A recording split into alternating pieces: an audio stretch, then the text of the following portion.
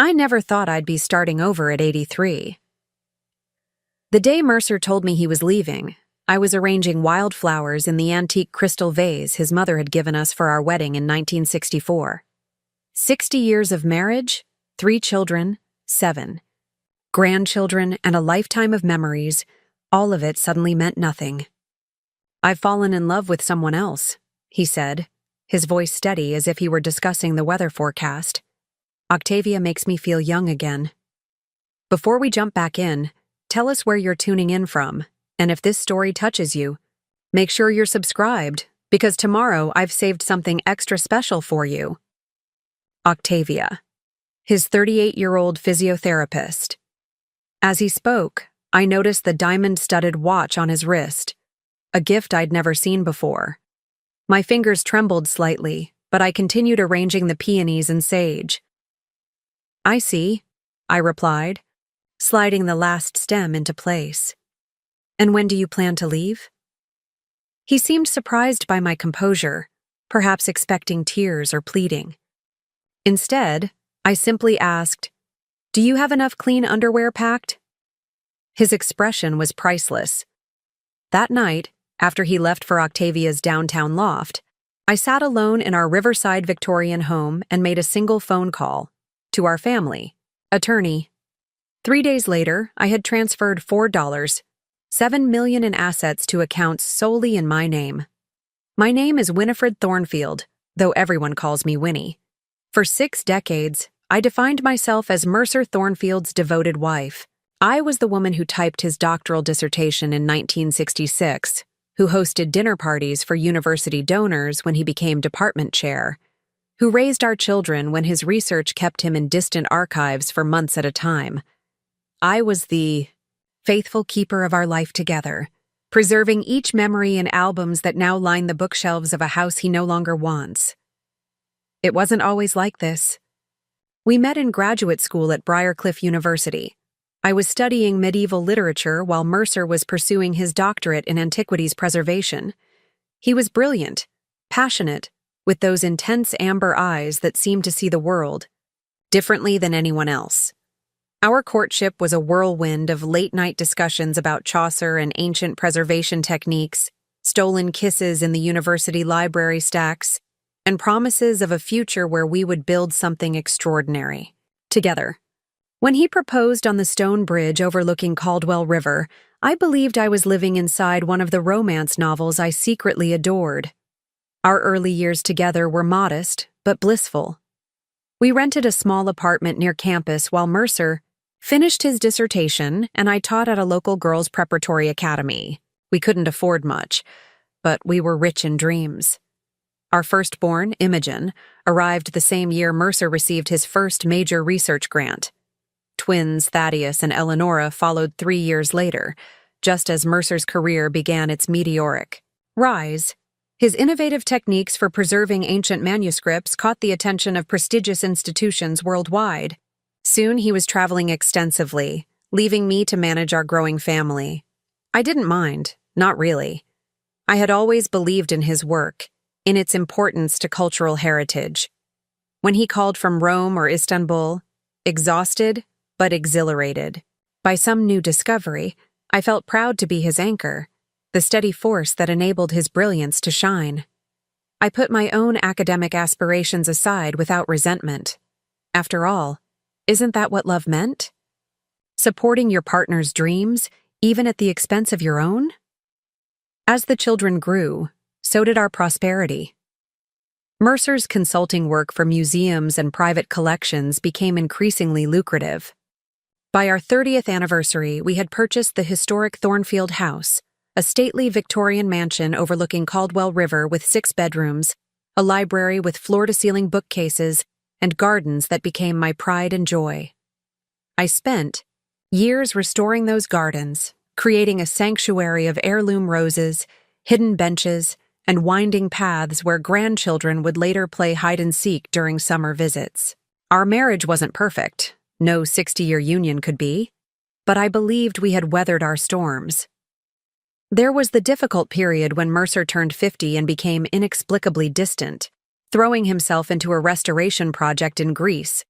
that kept him away for nearly a year.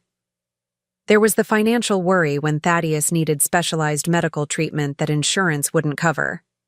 There were the inevitable disagreements about children's education, holiday traditions, retirement, plans, but always, we found our way back to each other. Or so I thought.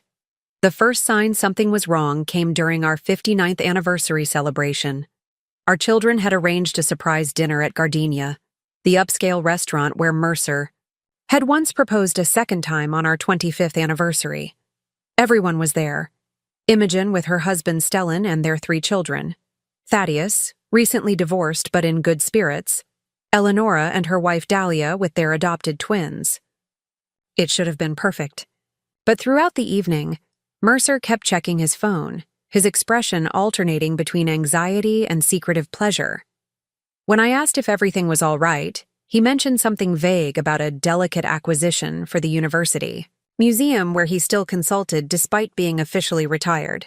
That night, I woke to find his side of the bed empty. From the bathroom came the murmur of his voice, speaking softly into his phone. "I miss you too," he whispered. "Soon, I promise." I closed my eyes before he returned, pretending to be asleep, as he slipped back under the covers. For the first time in our marriage, I felt truly afraid. The next morning, I did something I had never done before. I checked his phone while he was showering. The evidence was there in black and white, hundreds of messages between Mercer and someone named O Heart Emojis. Intimate photographs, plans, promises. The most recent message had been sent at 3:17 a.m. "I've spoken with my attorney. Everything is in motion." I replaced the phone exactly as I'd found it and went downstairs to prepare breakfast as usual. Poached eggs, sourdough toast, and the strong black tea Mercer preferred. I moved through the routine like an automaton, my mind racing. What did everything is in motion mean? Was he planning to leave me? Divorce me? After 60 years? It seemed inconceivable. For the next 3 months, I said nothing. Instead, I observed. I noticed how Mercer suddenly had faculty meetings 3 evenings a week, despite being emeritus. I noticed new clothes appearing in his wardrobe. Slim-cut trousers and fitted shirts that looked nothing like his usual tweed and Oxford cloth. I noticed how he became protective of his phone, taking it even to the bathroom. And I noticed the subtle ways he began to criticize me, my appearance, my outdated interests, my reluctance to travel. Little barbs that, had they come from anyone else, would have seemed insignificant, but from Mercer felt like tiny daggers sliding between my ribs. During this time, I also did something else I had never done. I began to take stock of our finances. Over the decades, I had left the money management entirely to Mercer. He was the brilliant one, after all. I signed whatever documents he placed before me, trusting implicitly that he was making decisions in our best interest. Now I began to educate myself. I made appointments with our bank, our investment advisor, and our accountant, claiming I was getting my affairs in order due to my advancing age, a reason no one questioned. What I discovered shocked me. While we were certainly comfortable, our financial situation wasn't as secure as I had believed. Mercer had been making increasingly risky investments over the past 2 years. He had taken out a substantial home equity line of credit against Thornfield House. Most concerning of all, he had recently updated his will, removing me as the primary beneficiary of his retirement accounts and insurance policies. Instead, these assets would go into a trust that I would have limited access to, a trust with a co-trustee whose name I didn't recognize, Octavia Renweller. I also discovered something else, something that would later prove to be my salvation. When Mercer's father passed away 20 years earlier, he had left a significant inheritance not to Mercer, but to me. To ensure my daughter-in-law's security regardless of circumstances, the will had stated. At the time, I thought it a strange provision. Why not leave it directly to his son? Mercer had been hurt by this perceived lack of trust, but his father, was a shrewd old man who had lived through his own share of heartbreak. Preparing and narrating this story took us a lot of time, so if you are enjoying it, subscribe to our channel. It means a lot to us. Now back to the story. The inheritance had been placed in a separate account with my name alone, and over the years, with compound interest and prudent management, it had grown substantial. Mercer had largely forgotten about it, and I rarely thought of it myself, considering it part of our shared resources. Now, I was profoundly grateful for my late father-in-law's foresight. I made no withdrawals from this account, wanting nothing to alert Mercer to my investigations. Instead, I continued my charade of blissful ignorance, all while preparing for the storm I knew was coming. It arrived on a perfect spring morning, 60 years and 1 day after we had exchanged our vows. As I arranged those wildflowers, peonies from our garden, where Mercer had once built me a reading bench under the maple tree, he stood in the doorway of our sunroom, suitcases already packed in the hall behind him. "Winnie," he said, using my name instead of the endearments, my love, my heart, that had peppered our decades together. "We need to talk." I continued arranging the flowers, though my hands had begun to tremble. "About what, dear?" "About us. About the future." He cleared his throat, his amber eyes, once so captivating to me, now unable to meet mine. "I've decided to make a change." "A change in your diet? You know Dr. Laswell said your cholesterol needs attention." "No, Winnie, a change in my life. In our lives." He paused, then delivered the blow without further preamble. "I've fallen in love with someone else. She makes me feel alive again, vibrant. She understands my passions in a way you never could." I remained silent, placing a sprig of sage precisely between 2 pink peonies. "Her name is Octavia. She's a physiotherapist at the University Wellness Center. We met when I was having treatment for my shoulder last year. She's extraordinary, Winnie, brilliant, compassionate." "And how old is Octavia?" I asked, my voice surprisingly steady. He hesitated. "She's 38. 45 years younger than you, practically a child." I trimmed a stem that was slightly too long. "Age is just a number when souls connect," he said, with the kind of pseudo-philosophical platitude that the Mercer I had married would have mocked mercilessly. "We share the same vision for the future." "And what future is that?" "Travel. Research. Adventure. Building something new." His voice gained enthusiasm as he spoke, as if he were describing a particularly exciting research grant. "She has innovative ideas about cultural preservation techniques that align perfectly with my work." "I see. And where does this grand vision take place? Here at Thornfield House?" He looked uncomfortable for the first time. "That's something we need to discuss. The house. It might be best to sell it. It's too large for one person and the maintenance costs." "Are you leaving today?" I interrupted, finally looking directly at him.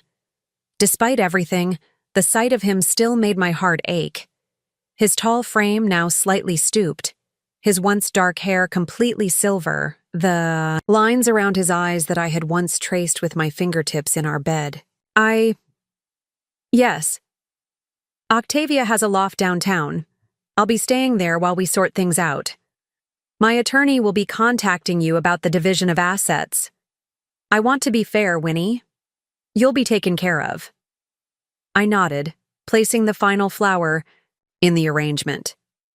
"Do you have enough clean underwear packed?"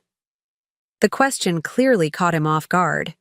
Of all the responses he had anticipated, tears, rage, pleading, practical concern about his undergarments wasn't among them. Yes, I believe so." "Good, you always forget to pack enough. And your prescription medicine? You have that?" "Yes, I have everything I need." He looked almost disappointed by my calm. "Then I won't keep you." I moved past him into the hallway, noting the 3 large suitcases and 2 boxes labeled Essential Research. So much of his life already removed from our home. I imagine Octavia is waiting. He followed me, seemingly unsettled by my composure. Winnie, I know this is a shock, but in time, you'll see this is better for both of us. You can pursue your own interests now. Your garden club, your book groups. You'll have freedom. Freedom, I repeated, tasting the word. After 60 years, that's your parting gift to me? For a moment, his certainty wavered. I never meant to hurt you. Yet, here we are. I opened the front door. Goodbye, Mercer. After he left, I sat in my sunroom for hours, watching the play of light through the stained glass panels we had salvaged from a demolished church in Portsmouth. When dusk fell, I picked up the phone and called Rhiannon Blackwood, an attorney who had once been Imogen's roommate at university. Winnie, what a lovely surprise, she said. I need your help, Rhiannon. Mercer has left me for another woman.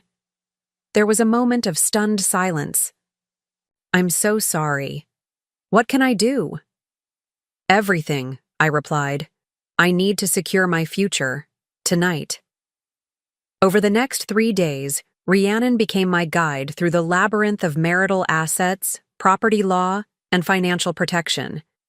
We discovered that while Mercer had been planning his exit, he had already begun liquidating certain investments and transferring funds to new accounts I had no access to.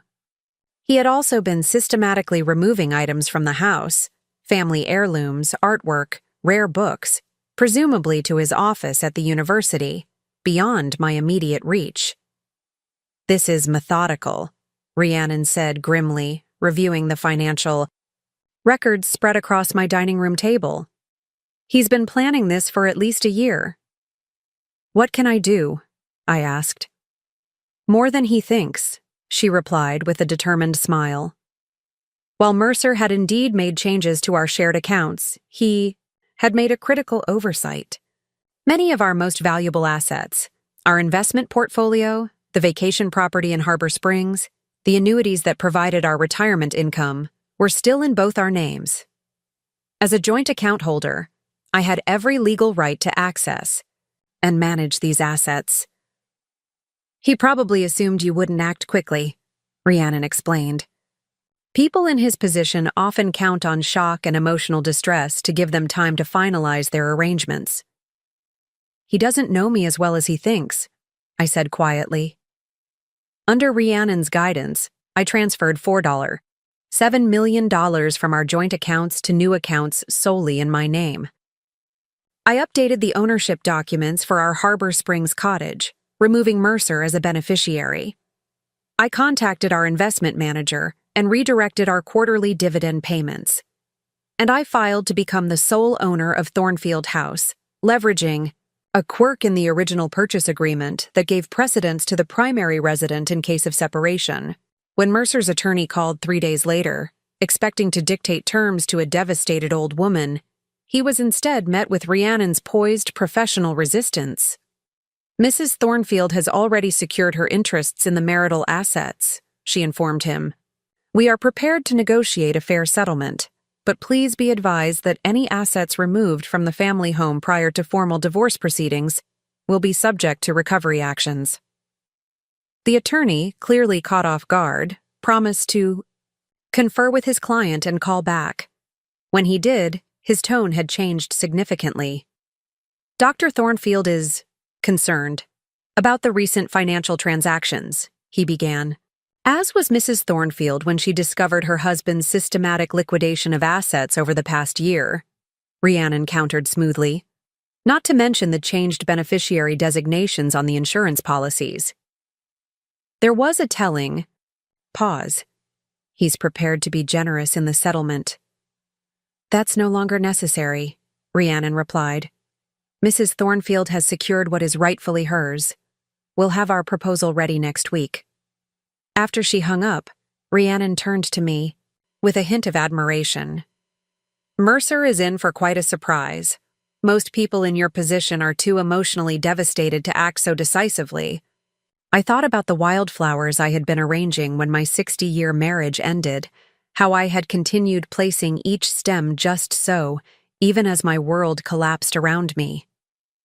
I've had practice carrying on through difficult circumstances, I said simply. The next challenge was telling our children. I decided to gather them all at Thornfield House, rather than sharing the news individually. On a Sunday afternoon, they arrived with their usual chaos of grandchildren, food containers, and overlapping conversations.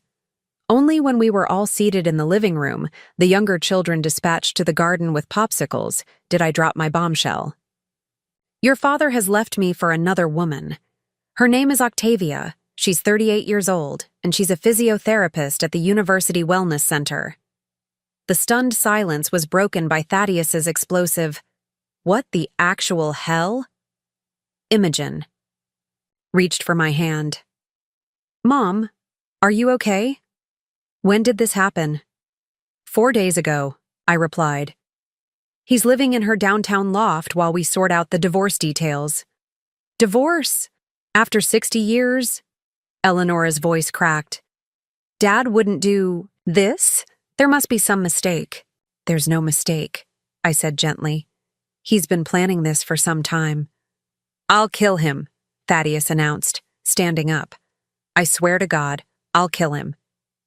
You'll do no such thing, I said firmly. Sit down, Thad. How can you be so calm? Imogen asked, tears streaming down her face. It's unconscionable. I've had 4 days to process the initial shock, I explained, and I've been busy. I outlined the steps I had taken with Rhiannon's help, watching their expressions shift from outrage to amazement. You transferred everything? Eleanora asked, wide-eyed. Not everything, I clarified.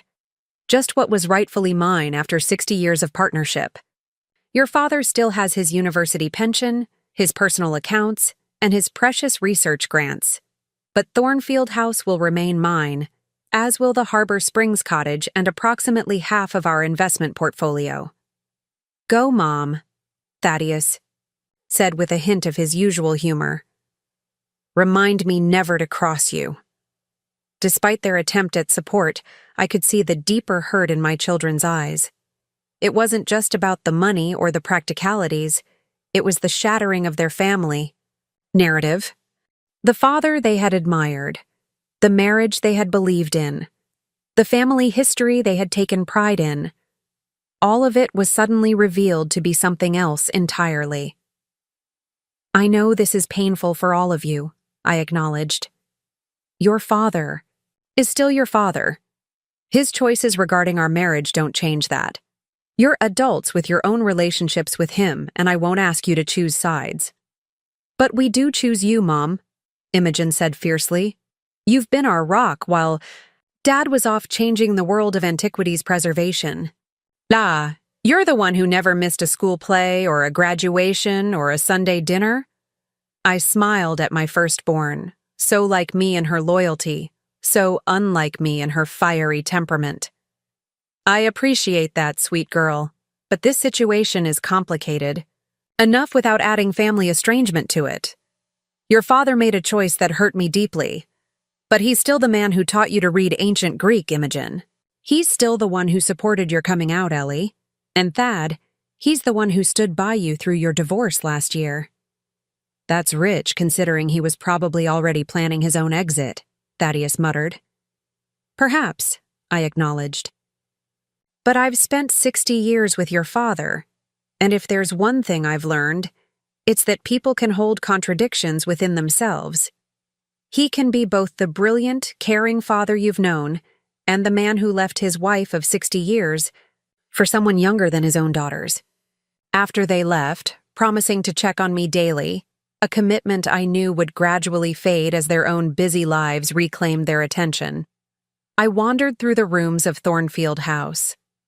So many memories in these walls, children's laughter echoing up the grand staircase, holiday gatherings around the dining table that seated 20, Quiet evenings reading by the library fireplace while Mercer worked on his manuscripts. 60 years of a shared life. For the first time since Mercer's departure, I allowed myself to cry. Not delicate tears, but gut-wrenching sobs that left me breathless, curled on the floor of what had been our bedroom. I cried for the young woman I had been, so full of literary dreams and romantic notions. I cried for the middle-aged mother who had mastered the art of explaining her husband's absences at school functions. I cried for the aging wife who had measured her worth by her ability to maintain a beautiful home and support a brilliant man's work. And then, exhausted, I picked myself up off the floor. At 83, this was no small feat. My knees protested, my back ached, and my dignity felt as bruised as my heart. But I stood nonetheless. I washed my face, smoothed my silver hair, and went downstairs to make a cup of tea. As I waited for the kettle to boil, my gaze fell on the bookshelves lining my kitchen wall. Cookbooks collected over decades, some falling apart from use. Without conscious thought, I pulled down Mastering the Art of French Cooking, a wedding gift I had used to prepare countless dinner parties for Mercer's colleagues. Inside the front cover was an inscription: "To Winnie, who masters everything she attempts with grace and determination. The world doesn't yet know your name, but I do. All my love, Mercer." June 14th, 1964. I traced his handwriting, faded but still legible after all these years. "The world doesn't yet know your name, but I do." Such confidence in me he had once had, or at least he had expressed. When had that changed? When had I become, in his eyes, merely the reliable backdrop to his brilliant career, rather than a woman worthy of her own story? Perhaps it had happened so gradually that neither of us noticed. Perhaps I had participated in my own diminishment. So eager was I to support his dreams, so conditioned to believe that my fulfillment would come through his success. The kettle whistled, jolting me from my reverie. As I prepared my tea, English breakfast with a splash of milk, the same as I'd had every morning for decades, a strange thought occurred to me. I could have something different tomorrow. Earl Grey, perhaps. Or green tea with honey. Or coffee. After 60 years of catering to Mercer's preferences, I was free to discover my own. It was a small realization, almost laughably trivial given the seismic shifts in my life, and yet, it felt profound. What else might I discover about myself now that I was no longer defined as Mercer Thornfield's wife? The next morning, I woke, early, a lifetime habit of rising before the household needed me. But there was no household now, just me in this large, quiet home.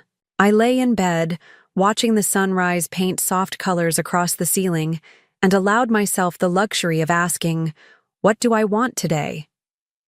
The answer came with surprising clarity. I wanted to reclaim my space. I rose, dressed in comfortable clothes, and began in Mercer's study. His presence lingered here most strongly, books and papers stacked in his particular organizational system, comprehensible only to him, the leather chair worn to the shape of his body, photographs of him receiving awards and honorary degrees dominating the walls. I started small, removing the photographs and storing them carefully in boxes for him to collect later. Then I rearranged the furniture, moving the desk to face the window rather than the door. Over the next week, this process expanded to other rooms. I removed Mercer's clothes from the master bedroom closet, packing them into vacuum bags to preserve them until he wanted them. I replaced his heavy, dark bedside lamp with a delicate stained glass one I'd always admired in a local artisan's shop, but had never purchased because it didn't match our aesthetic. I moved furniture, rehung artwork, and gradually, room by room, Thornfield House began to feel like my home rather than ours. During this time, negotiations between our attorneys continued. Mercer, initially outraged by my financial maneuvers, eventually recognized the precariousness of his position.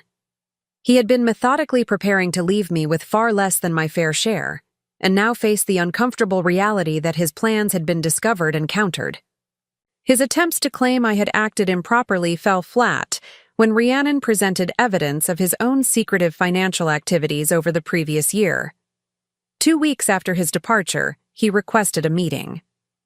I agreed to see him at a neutral location, a private room at the Briarcliff University Faculty Club, where we had once celebrated his academic achievements together. When I arrived, he was already seated, looking somehow smaller than I remembered.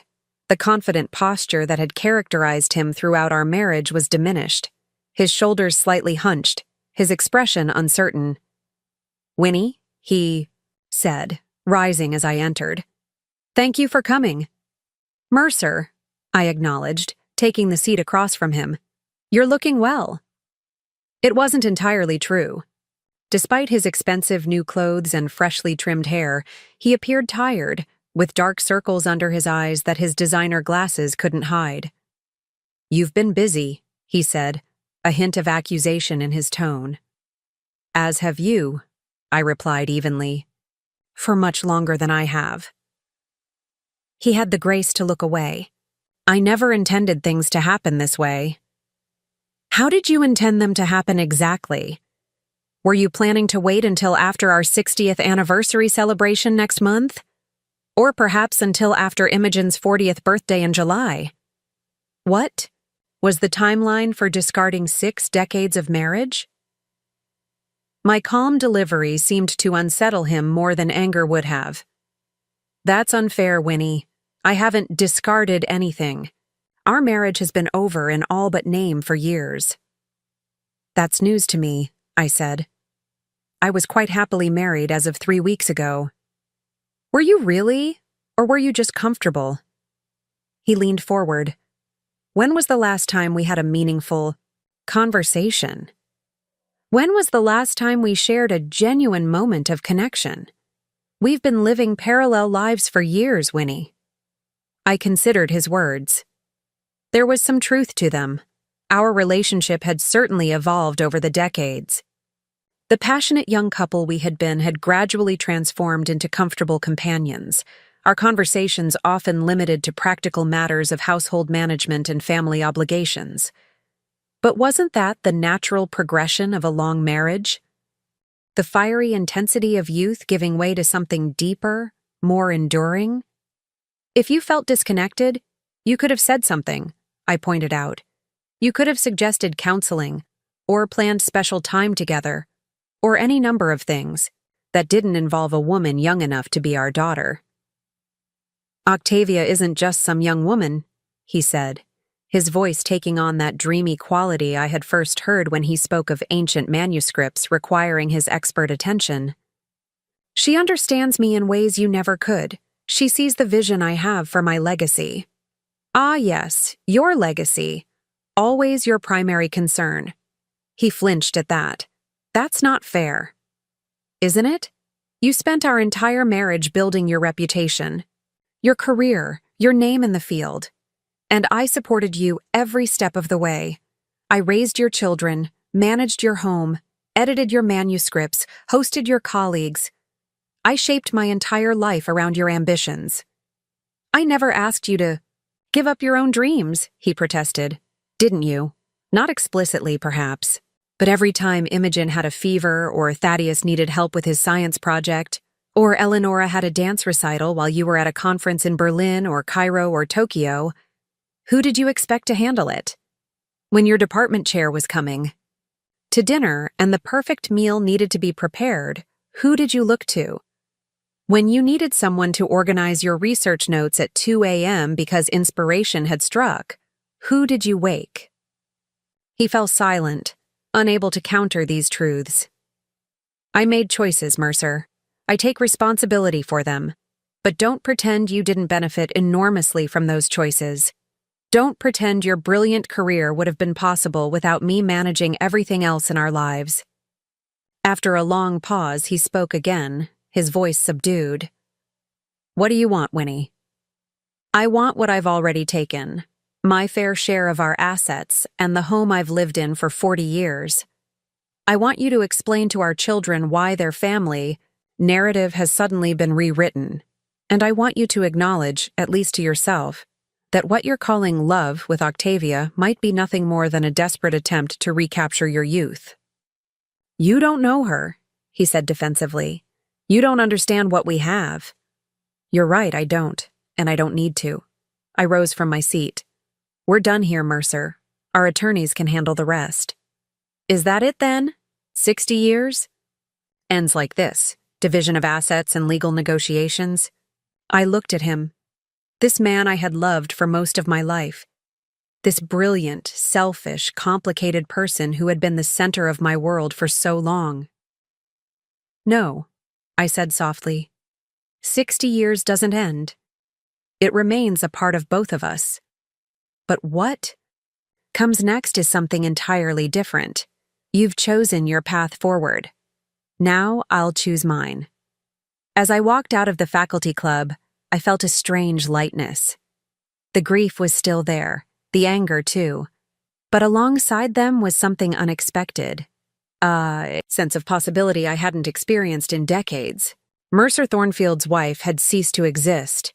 Winifred Thornfield, however, was just beginning to discover who she might become. The days following my conversation with Mercer at the faculty club took on a peculiar rhythm. Each morning, I woke, with a moment of disorientation, the empty space beside me still startling after 60 years of sharing a bed. Then came a rush of memories, the painful reality of my situation settling over me like a heavy cloak. But as the sun climbed higher, something unexpected happened. The weight gradually lifted, replaced by a curious sense of anticipation. What would this day bring, now that I answered to no one but myself? I began with small explorations of freedom. I rearranged my morning routine, lingering over breakfast with books I'd been meaning to read for years. I switched from English breakfast tea to rich French-pressed coffee. I played Bach loudly through the house's sound system, which Mercer had always considered too distracting during daylight hours. I took long baths in the middle of the afternoon, something I hadn't done since the children were small. Imogen called daily, her concern transparent. Mom, I'm just checking in. Do you need anything? Do you want me to come over? I'm perfectly fine, darling, I assured her, though I appreciated her devotion. I'm actually quite busy. Busy? With what? She asked, suspicious. I hesitated, not wanting to sound frivolous. Rediscovering myself, I suppose. The truth was more complicated than I could explain, even to my perceptive firstborn. I was excavating layers of identity buried beneath decades of compromise. Each day brought small revelations about my preferences, my desires, my authentic self. I discovered I preferred sleeping with the windows open, something Mercer's allergies had always prevented. I found I enjoyed spicy food, which I'd avoided. Cooking because Mercer preferred bland meals. I realized I loved staying up late reading poetry, rather than adhering to the strict 10 p.m. bedtime Mercer had insisted upon for optimal cognitive function. These revelations might seem trivial to someone who hadn't spent 6 decades adjusting to another person's needs and preferences. But to me, each discovery felt momentous, a piece of myself reclaimed from the woman I had become in service to, my marriage. My explorations extended beyond Thornfield House. One Tuesday morning, I drove to Laconia College, a small liberal arts institution in a neighboring town. 60 years earlier, I had been offered a teaching position in their medieval literature department, a position I declined when Mercer received his prestigious research fellowship at Briarcliff. Now, I found myself parking in the visitor lot, walking across a campus alive with young people rushing between classes. The English department was housed in Whittier Hall, a stately brick building with ivy climbing its walls. I hadn't planned what I would do here. Some inexplicable instinct had drawn me to this road not taken. As I stood in the hallway, examining framed photographs of faculty through the decades, a voice interrupted my thoughts. "Can I help you find someone?" I turned to face a woman perhaps 20 years my junior, her silver hair cut in a stylish bob, her eyes bright behind tortoiseshell glasses. "I'm not sure," I admitted. "I was offered a position here once, long ago, in medieval literature." Her eyebrows rose with interest. "When was this?" "1964. She laughed, a warm, genuine sound. "Well before my time, but fascinating. I'm Cordelia, Winter's department chair. Would you like to come to my office for tea? I'd love to hear your story." Over Earl Grey and shortbread cookies, I told Cordelia about my academic background, my specialization in women's voices in medieval texts, and the fellowship that had drawn Mercer and me away from Laconia. She listened intently, occasionally asking insightful questions that revealed her own expertise in the field. "You know," she said when I'd finished, "we have a community scholars program. Distinguished individuals with academic backgrounds who want to participate in university. Life without the pressures of full-time teaching. They attend seminars, give occasional guest lectures, mentor students. We even provide office space." "And you think I might qualify?" I asked, surprised. "With your background? Absolutely. Your dissertation on feminine agency in Chaucer was groundbreaking for its time." She smiled at my astonishment. "Yes, I looked you up in our archives while getting the tea. We still have your application and CV. Your work was impressive." I left Laconia with an application for the Community Scholars Program and a strange fluttering in my chest that I eventually recognized as excitement. For the first time in decades, I was contemplating a future based entirely on my own interests and abilities, not as an extension of someone else's life. That evening, I sat in what had once been Mercer's study but was now becoming my workroom. I had replaced his heavy wooden desk with a delicate writing table I found in storage, positioned to catch the afternoon sunlight. The bookcases no longer held his academic tomes on preservation techniques, but my collection of medieval literature and poetry that had previously been relegated to a back corner of our library. I opened my laptop, a recent purchase as Mercer and I had always shared a computer, and began updating my curriculum vitae. It was a sobering exercise. After my marriage, my academic accomplishments were sparse: a few book reviews in literary journals, an occasional article in non-academic publications. My knowledge had remained current through reading and independent study, but I had no professional credentials to show for the past several decades. After an hour of staring at the glaring gaps in my professional history, I closed the laptop in frustration. Who was I kidding? The academic world had advanced light years since my graduate studies. What could I possibly offer to today's students or scholarly discourse? As if sensing my distress, the telephone rang. It was Eleonora. "Mom, are you okay?" "You sound strange." I hadn't realized I'd answered the phone with such a disheartened tone. "I'm fine, Ellie. Just wrestling with some old regrets." What kind of regrets? My youngest had always been the most emotionally perceptive of my children.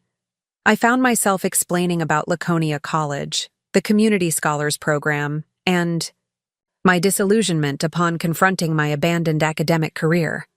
"So apply," she said simply. "Ellie, be realistic. I haven't been in academia for 60 years. My dissertation is probably gathering dust in some forgotten archive." "Actually," she said, her voice brightening, "it's been digitized." Dahlia looked it up for a project on feminist literary criticism last year. "Did you know you're cited in several contemporary works on gender in medieval literature?" I nearly dropped the phone. "That's impossible." "Why? Because you decided you weren't important when you married Dad?" "Mom, other people didn't get that memo.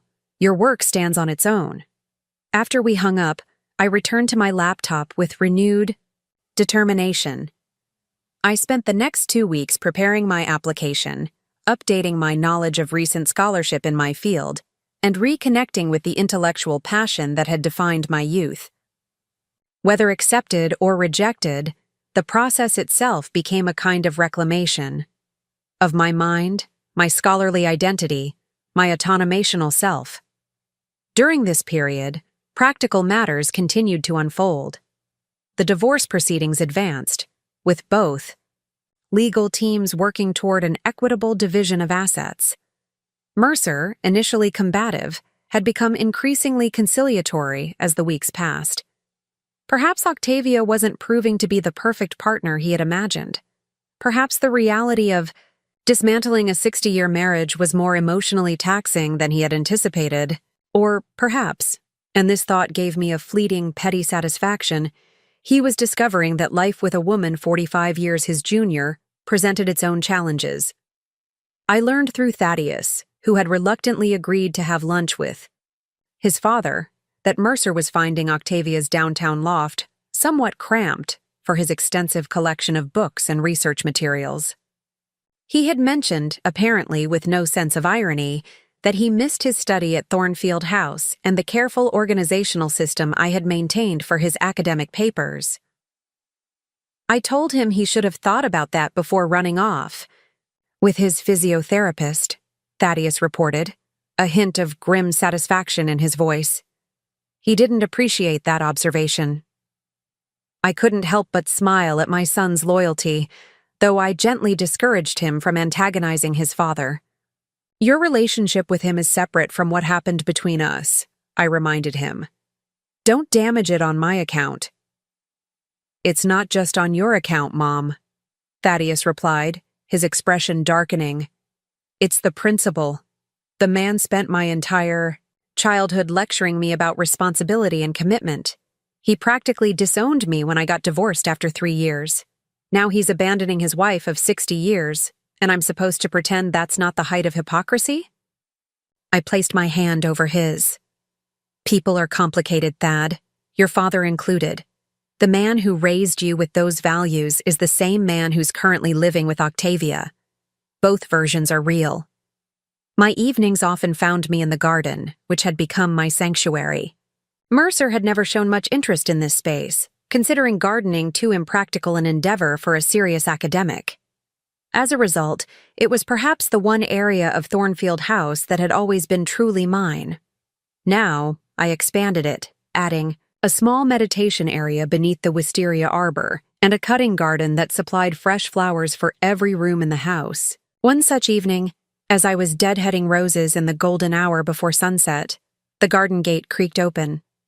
I turned, expecting to see one of my children or perhaps the neighbor's cat that occasionally wandered through.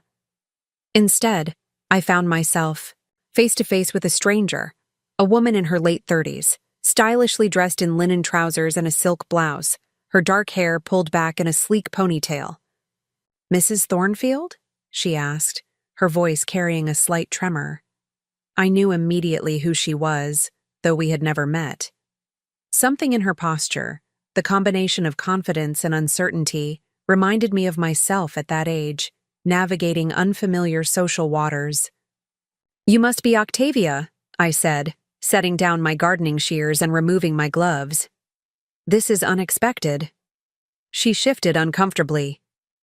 "I apologize for coming unannounced. I debated calling first, but I thought you might refuse to see me."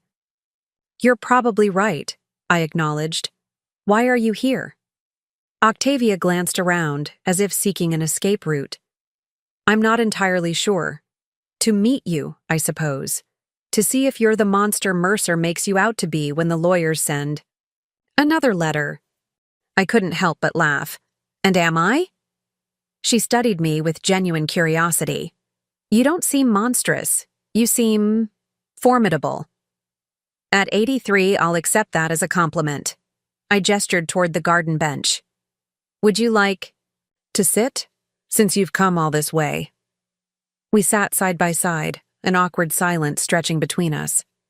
The absurdity of the situation wasn't lost on me, offering garden hospitality to the woman who had upended my life. "He's not happy," Octavia finally said, staring at her hands. "I thought you should know that." "And you came to tell me this." Because I thought it would give you satisfaction," she admitted. "And because I'm trying to understand what I've gotten myself into." I considered this unusual confession. If you're seeking my blessing or absolution, I'm afraid I can't offer either. No, that's not it. She turned to face me directly. When Mercer and I when we became involved, he painted a very specific picture of your marriage. Cold, loveless, more business arrangement than relationship. He said you were brilliant but frigid, that you'd been living separate lives for decades, staying together only out of habit and convenience. I absorbed this description of myself, this stranger Mercer had invented to justify his betrayal. And you believed him. He's a very convincing storyteller, she said with a bitter smile. He described you as this emotionally unavailable intellectual who never understood his passion or supported his vision. He said you'd be relieved when he finally left. Yet here I am, distinctly unrelieved, I observed dryly. Exactly. And now that I've seen how you handled things, the financial maneuvers, keeping the house, the way your children have rallied around you, I'm beginning to see discrepancies in his narrative. I studied this young woman, younger than my children, wrapped up in a situation far more complicated than she had likely anticipated. Part of me wanted to enlighten her, to share 60 years of history she couldn't possibly understand. Another part wanted to send her away, to preserve whatever dignity remained in this undignified situation. Why did you come? I asked again, more gently this time. Octavia looked out over the garden, bees buzzing lazily among the lavender. Last night, Mercer mentioned that the Harbor Springs cottage would likely be sold as part of the divorce settlement. He seemed particularly upset about this.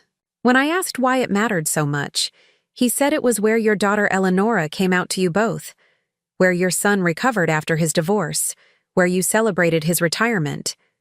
He said it held the history of your family. She paused, emotion making her voice unsteady. And I realized, sitting there in my cramped loft with his books piled everywhere, and his complaints about the lack of proper storage, that he never once mentioned those memories when we were discussing our future together. He talked about academic legacy and global travel and cultural preservation, but never family memories or emotional milestones. Those aren't the things that initially attract people to Mercer, I said carefully. His brilliance, his vision, his passion for his work, those are what draw people in. The other parts, his capacity for tenderness, his dry humor, his occasional profound insights into human nature, those reveal themselves more slowly, and only to those who stay. Will those parts ever reveal themselves to me? She asked, vulnerability plain on her face. I felt a surprising rush of compassion for this woman, caught in a web partly of her own making, but also spun from Mercer's midlife crisis and fear of mortality. I can't answer that, I said honestly. Mercer and I built something over 60 years that was uniquely ours, with all its flaws and strengths. Whatever you build with him will be different.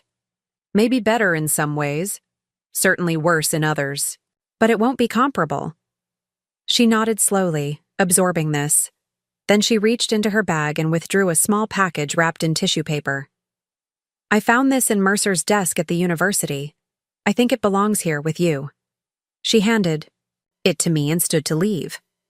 Thank you for not having me thrown out of your garden. That would have required more energy than I care to expend on this situation, I replied, but softened it with a small smile. After she left, I carefully unwrapped the package. Inside was a small, worn book, a collection of Shakespeare's sonnets that Mercer had given me during our courtship. I had inscribed the inside cover with lines from Sonnet 116. Love is not love which alters when it alteration finds, or bends with the remover to remove. How young and idealistic I had been, believing love was immutable, permanent, affixed, star rather than a living thing that could grow or wither depending on its care. I placed the book on my bedside table, a relic from another life. That night, I dreamed of our early years together. Mercer and I walking across the Briarcliff campus in autumn, leaves crunching beneath our feet, the future stretching before us like an unopened gift. I woke with tears on my cheeks but a curious lightness in my heart. The past remained beautiful despite the present's complications. This too was a kind of freedom, to cherish what had been good without allowing it to shackle me to what had soured. The next day brought news that would accelerate my transformation. I received an email from Cordelia Winters at Laconia College, informing me that my application to the Community Scholars Program had been accepted. Furthermore, she had a specific request. Would I consider leading a seminar on women's voices in medieval literature during the fall semester? The previous instructor had taken a last-minute sabbatical, and my expertise would be invaluable. I stared at the screen in disbelief. Me, teaching again after all these years? The prospect was both thrilling and terrifying. My immediate instinct was to decline, to protect myself from potential failure, from the humiliation of being intellectually outdated, from the judgment of students young enough to be my great-grandchildren. But then I thought of that young woman who had once been offered this possibility and turned it down for the sake of someone else's dreams. What would she say to me now? What would she want for her future self? I clicked reply and typed 2 words, I accept. The summer passed in a blur of preparation. I immersed myself in contemporary scholarship, updating my knowledge and familiarizing myself with current academic discourse. I developed a syllabus that bridged traditional and modern approaches to medieval texts. I practiced using the digital teaching platforms that had replaced chalkboards and overhead projectors since my last classroom experience. Throughout this period, the divorce proceedings continued. Mercer and I communicated primarily through our attorneys, though occasionally I received brief, stiffly formal emails from him requesting access to specific books or research materials still at Thornfield House. I always accommodated these requests, arranging for items to be gathered and left in the foyer for him to collect when I was out. Neither of us seemed eager for another face-to-face encounter. One such collection day in late August, however, our paths unexpectedly crossed. I had planned to be at Laconia College for a faculty orientation, but returned home early when the session ended sooner than anticipated. As I pulled into the driveway, Mercer's car was just leaving. Our eyes met through the windshields, a brief, charged moment of recognition before he accelerated past me. I found the foyer empty. He had taken the materials left for him. But on the hall table was something that hadn't been there when I left, a small wooden box I recognized immediately. It was a keepsake box Mercer had carved for me during our first year of marriage when we could afford few material gifts. Inside had always been the most precious mementos of our life together. The children's first teeth, hospital bracelets from their births, pressed flowers from significant anniversaries, small handwritten notes we had exchanged over the years. I opened it with trembling fingers, half expecting to find it empty, a symbolic return of our shared memories. Instead, nestled among the familiar keepsakes was a letter addressed simply, Winnie. I recognized Mercer's handwriting, though it had grown shakier with age. The letter was neither apology nor justification, but something more complex. He wrote of random memories that had been surfacing, my expression when I saw Thornfield House. For the first time, the way I had organized a surprise birthday dinner for him on his 50th. How I had sat with Imogen all night when she had pneumonia as a child, reading Tolkien aloud until dawn. These moments keep returning to me, he wrote, as persistent as the tide. I don't know what to do with them. They don't change the present, but they refuse to be denied. He concluded with a postscript that caught in my throat. The work you're doing at Laconia, Thaddeus mentioned it. It suits you. It always would have. I folded the letter carefully and returned it to the box. There was a time when such an acknowledgement would have meant everything to me. Validation that my sacrifices had been seen, my potential recognized. Now, it was merely one voice among many, and no longer the one that mattered most. The leaves were beginning to turn when I stood before my first class at Laconia College. 12 graduate students and 4 advanced undergraduates who regarded me with the polite curiosity reserved for novelties. I had chosen to wear a deep, blue dress that Imogen had helped me select, with comfortable but stylish shoes and a simple silver pendant that had been a gift from Eleonora. My silver hair was freshly trimmed in a modern bob inspired by Cordelia's style. I looked, I hoped, like someone with authority and relevance, not a relic from another era. "Good morning," I began, my voice steadier than I felt. "I'm Professor Thornfield, and this is Women's Voices in Medieval Literature." For the first 20 minutes, I was painfully self-conscious, aware of every hesitation in my speech, every moment when modern academic terminology didn't come naturally to my lips. But gradually, as I began discussing Christine de Pizan's The Book of the City of Ladies, something shifted. The material itself, so familiar, so beloved, carried me forward. I found myself moving away from my prepared notes, speaking instead, from 6 decades of accumulated knowledge and reflection. A young woman with bright green hair raised her hand. "Professor, do you see Christine's work as proto-feminist, or is that an anachronistic reading influenced by our contemporary understanding of gender politics?" The question was sophisticated, challenging, exactly the kind of inquiry that made teaching worthwhile. As I formulated my response, drawing on both historical context and theoretical frameworks, I felt a door opening inside me, a passage to a self I had set aside long ago. By the end of the 2-hour seminar, the students were engaged in a lively debate about authorial voice and historical context. As they gathered their belongings, several lingered to ask follow-up questions or recommend recent articles they thought might interest me. One student, a serious young man with wire-rimmed glasses, approached my desk last. "Professor Thornfield, I wanted to tell you, I read your dissertation while preparing for this course. Your analysis of Marjorie Kempie's autobiography was revolutionary for its time. It's an honor to study with you." I managed to thank him without revealing how deeply his words affected me. As he left, I remained seated, overcome by a complex emotion I couldn't immediately identify. It wasn't until I was driving home, the autumn sun casting long shadows across the road, that I recognized it. Pride. Not the reflected glory of being Mercer Thornfield's wife, not the secondary satisfaction of supporting someone else's achievements, but direct, unmediated pride in my own intellectual contribution to the world.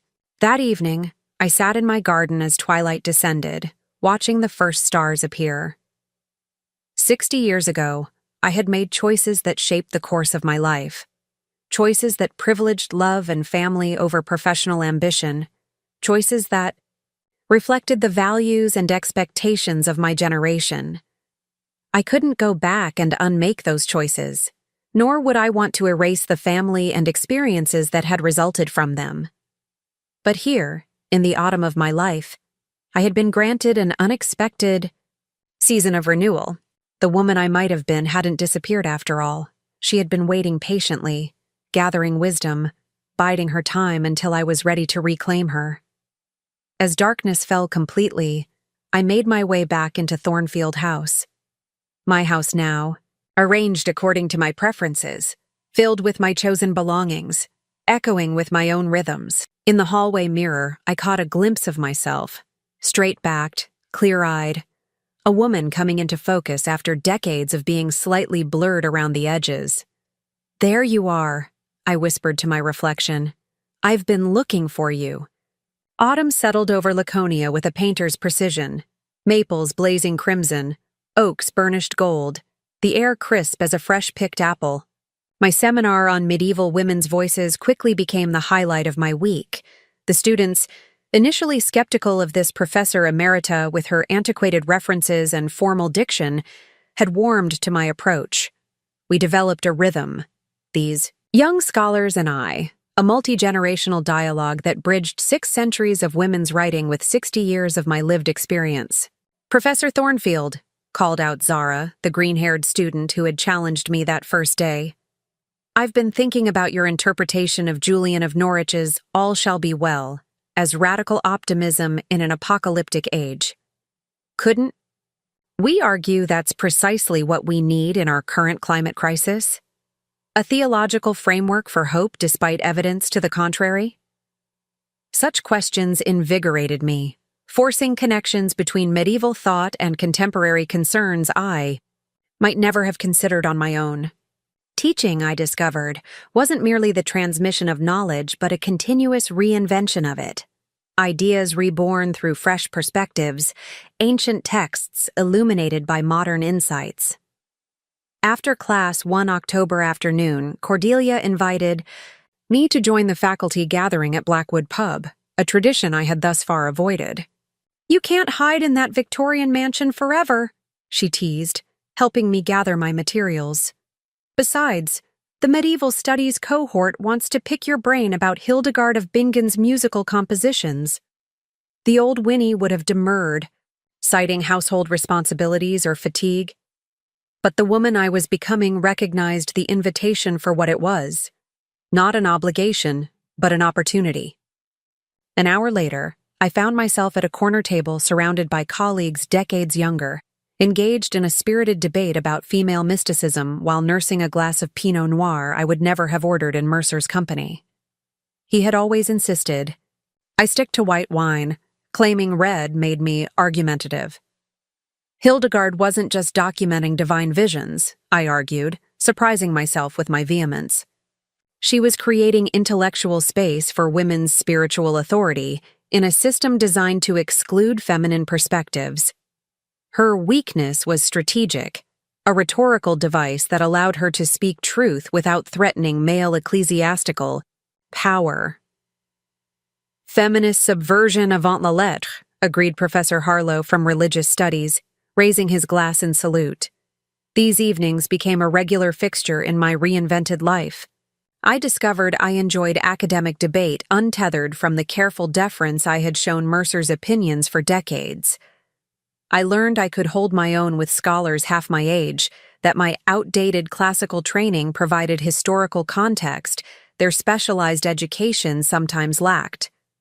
Most surprisingly, I found I had a talent for bridging interdisciplinary gaps, translating concepts across academic divides, just as I had once translated between Mercer's abstract intellectual pursuits and our children's concrete needs. November brought the first snow and an unexpected invitation. Lysander Hall, Laconia's cultural centerpiece, was hosting a medieval music and poetry symposium. The organizing committee, hearing of my presence on campus, had asked if I would introduce the keynote speaker, Dr. Helena Rousseau from the Sorbonne, a leading authority on troubadour poetry. "They want me?" I asked Cordelia in disbelief when she delivered the request. "Don't act so surprised," she replied. "Your reputation precedes you. Apparently, Dr. Rousseau cited your dissertation in her groundbreaking work on female troubadours. She specifically requested to meet you." The news left me momentarily speechless. My dissertation, that earnest, ambitious project completed, before marriage had redirected my energies, had continued its own journey through academic circles without me. The thought was both gratifying and melancholy.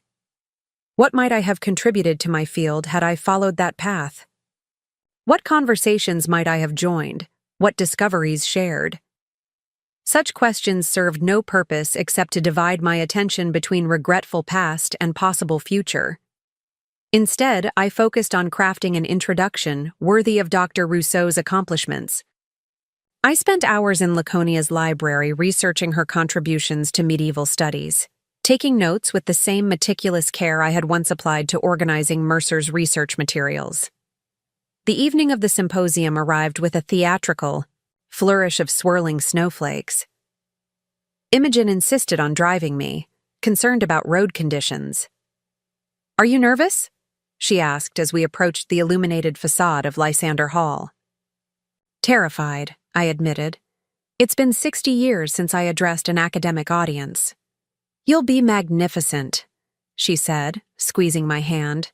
Dad always said you were the truly gifted public speaker in the family. He said his colleagues were always more impressed by your dinner conversation than his formal presentations. This revelation startled me. Mercer had never expressed such an opinion to me directly. In fact, he had gradually excluded me from academic gatherings as his stature grew, claiming I would find them tedious or too specialized. Had he feared comparison? Had my unfiltered intellectual engagement embarrassed him? These questions, too, I set aside for another time. Lysander Hall hummed with anticipation as scholars, students, and community members filled its jewel-box auditorium. In the green room, I met Dr. Rousseau, a formidable woman in her 60s with sharp eyes behind stylish frames and an elegant French scarf draped just so. "Madame Thornfield," she exclaimed, clasping my hands warmly. "What an honor to finally meet you. Your analysis of female agency in courtly love poetry fundamentally altered my understanding of medieval women's literary contributions." "You're very kind," I replied, somewhat overwhelmed by her enthusiasm. But my work was preliminary at best, and woefully uninformed by later discoveries. "Nonsense," she insisted. "You identified patterns that subsequent research has only confirmed. Your methodological approach was decades ahead of its time. When I discovered your dissertation hadn't been followed by further publications, I actually wrote to Briarcliff University inquiring about you. They informed me you had left academia for family reasons." "I married," I said simply. Something in Dr. Rousseau's expression suggested she understood all that remained unsaid: the choices of my generation, the compromises deemed necessary, the dreams deferred in service to others' ambitions. "Well," she said briskly, "academia's loss was undoubtedly your family's gain. But I am delighted to see you have returned to us. Better late than never, non?" When I took the podium minutes later, scanning the expectant faces in the audience, a strange calm descended. These were my people, lovers of language, caretakers of cultural memory, seekers of forgotten voices. I had been one of them from the beginning, though circumstances had led me along a different path. "Distinguished guests, faculty colleagues, and students," I began, my voice gaining strength with each word. "It is my profound honor to introduce Dr. Helena Rousseau, whose pioneering work on female troubadours has transformed our understanding of women's literary production in the Middle Ages." The introduction flowed naturally, my academic vocabulary returning as if it had never lain dormant. As I outlined Dr. Rousseau's contributions to the field, connecting them to broader currents in medieval scholarship, I felt a dormant part of myself fully awakening. The young scholar I had been, the professor I might have become, the intellectual I had always remained beneath the roles of wife and mother. Dr. Rousseau's lecture was brilliant, weaving together literary analysis, historical context, and musical demonstration. During the reception afterward, we found ourselves surrounded by students and faculty eager to continue the discussion.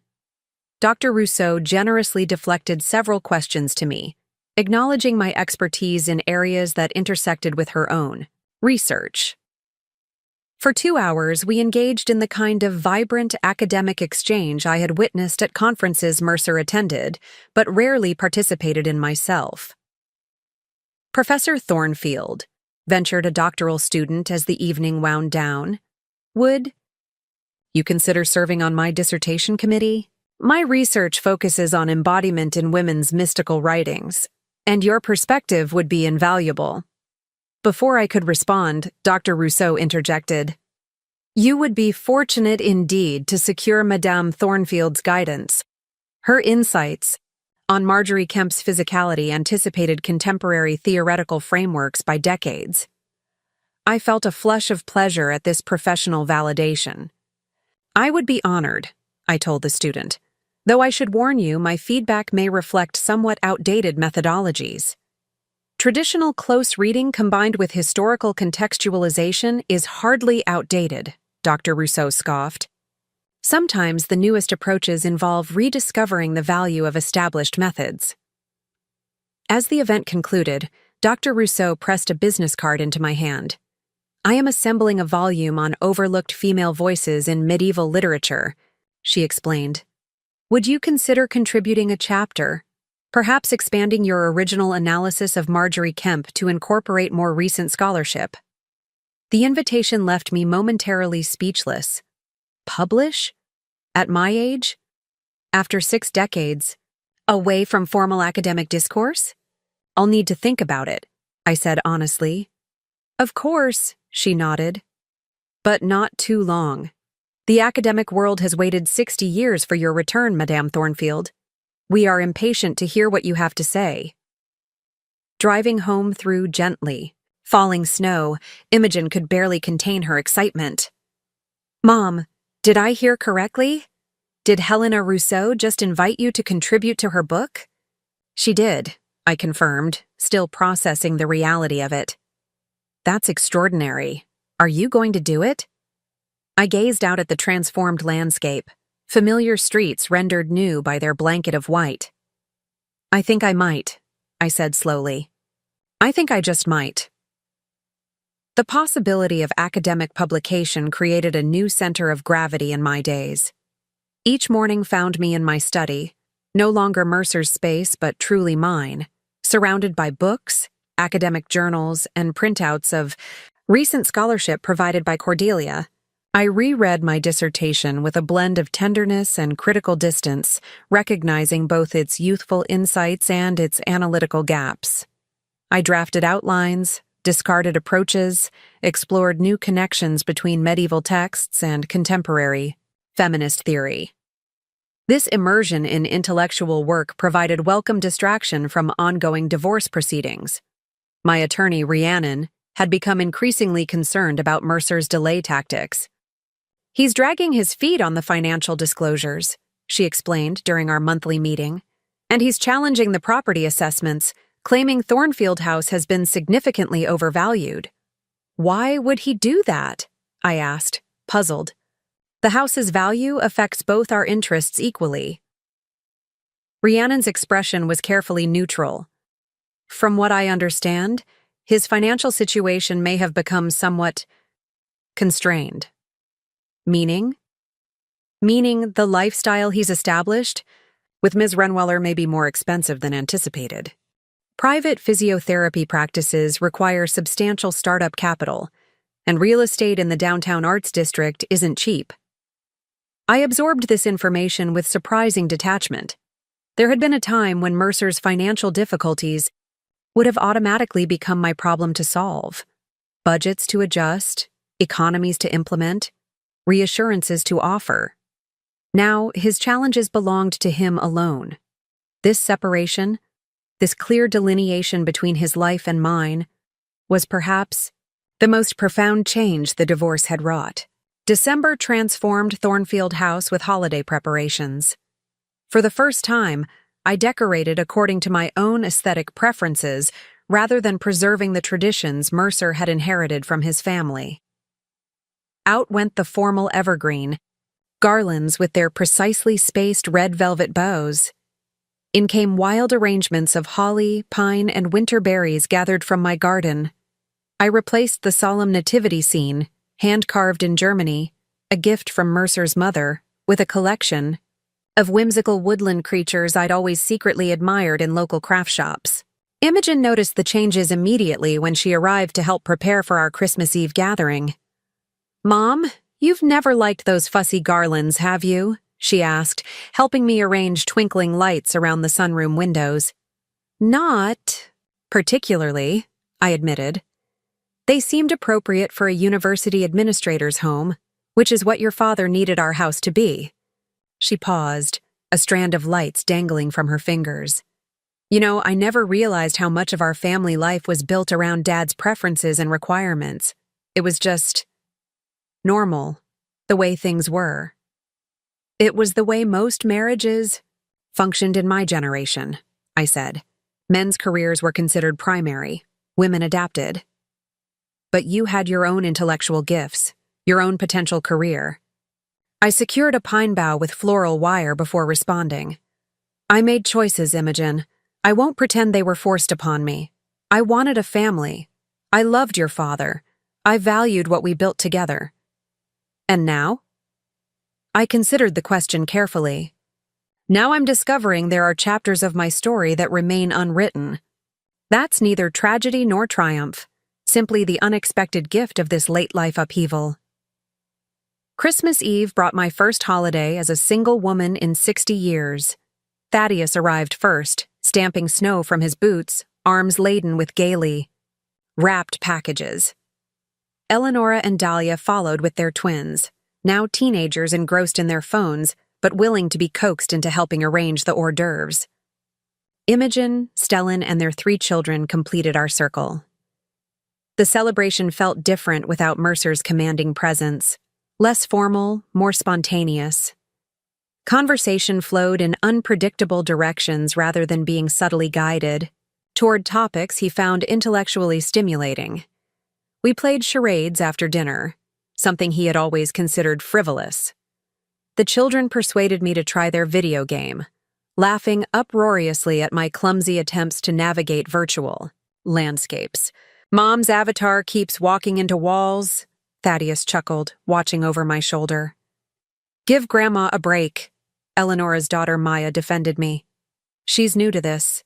You should have seen me when I started. I'm quite hopeless, I agreed cheerfully, handing the controller to Maya.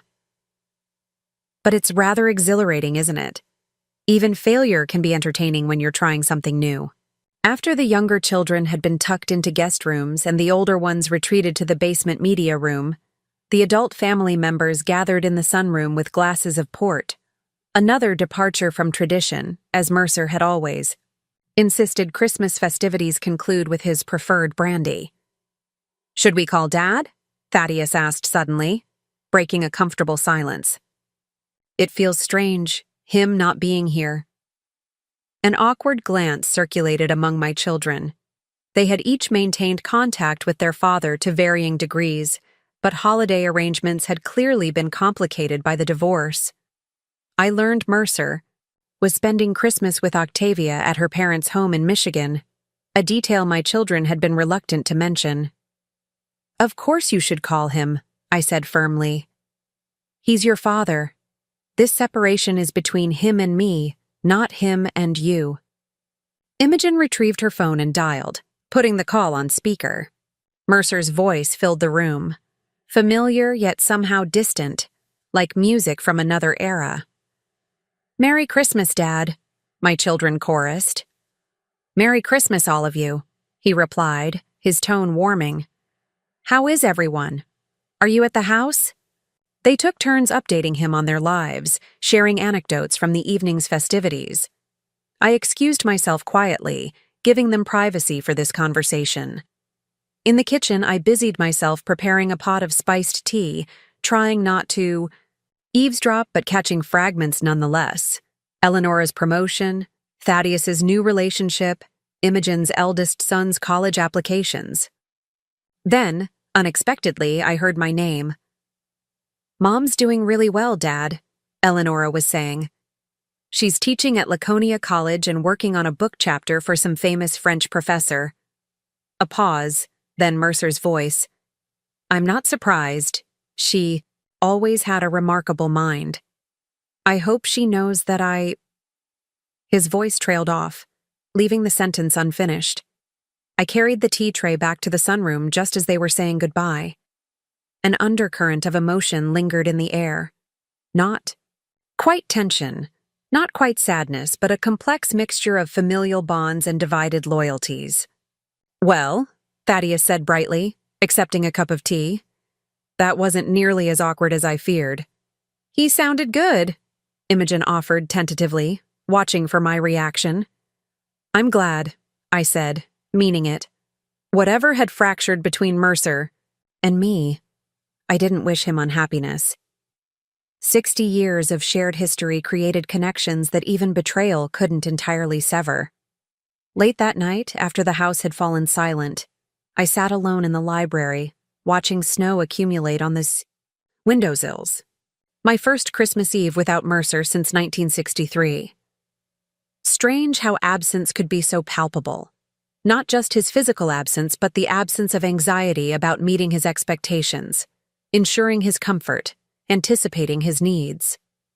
In that absence, I was finding room to expand, to reclaim aspects of myself long subordinated to marital harmony. January brought renewed energy to the divorce proceedings. Mercer, apparently tiring of legal maneuvering, finally provided the financial disclosures Rhiannon had requested months earlier. The documents confirmed what she had suspected. His investments with Octavia's practice had depleted his liquid assets considerably. He was now proposing a settlement that would allow him to access a portion of my inheritance from his father, the separate account that had served as my financial safety net. He has no legal claim to those funds, Rhiannon assured me. They were specifically left to you, not to the marriage. I understand, I said, studying the proposed terms. But if I agree to this modification, would it expedite the final divorce decree? Almost certainly. He's indicated as much. I considered the options carefully. Prolonging the legal battle meant continuing to live in limbo, neither fully married nor fully divorced, unable to complete my transition to independence. The funds Mercer requested represented perhaps 15% of my separate assets, significant, but not devastating to my financial security. Let's counter with 10% instead of 15%, I decided, and stipulate that this concludes all financial claims between us. I want this finished, Rhiannon. I want to move forward. She nodded, making notes. I'll draft the counter-proposal immediately. Moving forward meant embracing new challenges alongside new freedoms. My chapter for Dr. Rousseau's volume was taking shape, my analysis of Marjorie Kemp's bodily agency and spiritual discourse evolving to incorporate contemporary feminist theory while remaining grounded in close textual reading. The writing process rekindled intellectual muscles long unused but not atrophied, analytical skills I had employed throughout my marriage, though often in service to Mercer's work rather than my own. February found me in Laconia's Special Collections Library, examining a rare facsimile of the Book of Marjorie Kempe. My research assistant, the serious young man with wire-rimmed glasses who had approached me after that first seminar, carefully turned the pages as I took photographs with my tablet, a technology I had mastered with considerable pride. Professor Thornfield, he said hesitantly, may I ask a personal question? You may ask, I replied, smiling. I reserve the right not to answer. Why did you leave academia? Your early work was so groundbreaking. You could have had an extraordinary career. I considered how to respond to this young man who saw my life through the lens of contemporary choices and expectations. In 1964, I didn't perceive it as leaving academia so much as choosing family. There seemed no viable path to have both. Not for women of my generation, not without exceptional circumstances or exceptional support. But surely your husband, as an academic himself, could have understood the value of your work, could have supported your career alongside his? His innocent assumption that mutual support between spouses would have been the natural expectation revealed the vast cultural shift that had occurred within my lifetime. How could I explain the unquestioned primacy of men's careers in my era? The assumption that women's professional ambitions were secondary, expendable, easily sacrificed on the altar of family harmony? The world was different then, I said simply. The choices available to women were more constrained, the consequences of defying expectations more severe. I don't regret the path I chose.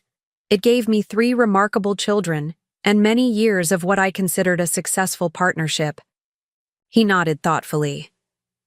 And now you're reclaiming your academic identity. That's pretty inspiring, if you don't mind my saying so. I don't mind, I assured him, touched by his earnestness. Though I'm not sure I'm trying to be inspirational. so much as authentic. At 83, I've earned the right to discover who I am when I'm not defined primarily through my relationship to others. Later that week, I received an unexpected email from Octavia Renweller. The subject line was simply, "Consultation request," but the message itself was more personal. "Mrs. Thornfield, I hope this message finds you well. I'm reaching out in my professional capacity as a physiotherapist. I understand from our previous conversation that you have arthritis. I've recently developed a specialized therapy program for seniors with joint inflammation, combining traditional physical therapy with gentle yoga techniques. I'm seeking experienced feedback before launching the program more broadly. Would you consider participating in a 4-week trial? The sessions would be complimentary, of course. There would be no need to interact with Mercer, as these sessions would be conducted at my satellite office near Laconia. Please consider this a professional invitation with no underlying agenda. Respectfully, Octavia Renweller." I stared at the screen, unsure how to respond. Was this a genuine professional outreach or something more complicated? An olive branch, perhaps? Or was Octavia seeking some form of absolution through professional service? The arthritis in my hands had indeed worsened over the winter months, making writing increasingly uncomfortable. Conventional treatments had provided limited relief. But could I separate Octavia the physiotherapist from Octavia, the woman who had upended my life? After careful consideration, I decided that maintaining artificial divisions between the personal and professional served no one. Octavia was both a skilled healthcare provider and the catalyst for my marital dissolution. I could acknowledge the former without absolving the latter. "Ms. Renweller," I wrote in response, "thank you for your professional outreach. I would be interested in learning more about your program. My schedule at Laconia allows for Tuesday or Thursday afternoon appointments. Please advise which would be more convenient for your satellite office operations. Regards, Winifred Thornfield." Our first session occurred on a blustery February afternoon at a small professional building near the Laconia campus. Octavia greeted me with professional courtesy, showing no signs of discomfort at our unusual situation. "Thank you for agreeing to participate, Mrs. Thornfield," she said, leading me to a sunlit therapy room. "I've developed this protocol specifically for arthritis sufferers over 70, focusing on maintaining mobility without exacerbating inflammation." For the next hour, she guided me through gentle stretches and specialized hand exercises, demonstrating techniques to reduce morning stiffness and increase range of motion. Her expertise was evident, her manner professional and respectful. Whatever complicated emotions might exist between us remained unacknowledged as we focused entirely on the mechanical challenges of aging joints.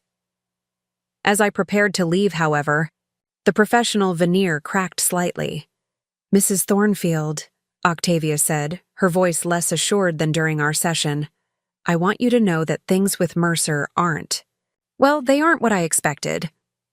I paused in donning my coat. "Few things in life are, Ms. Renweller. That's a lesson that comes with experience."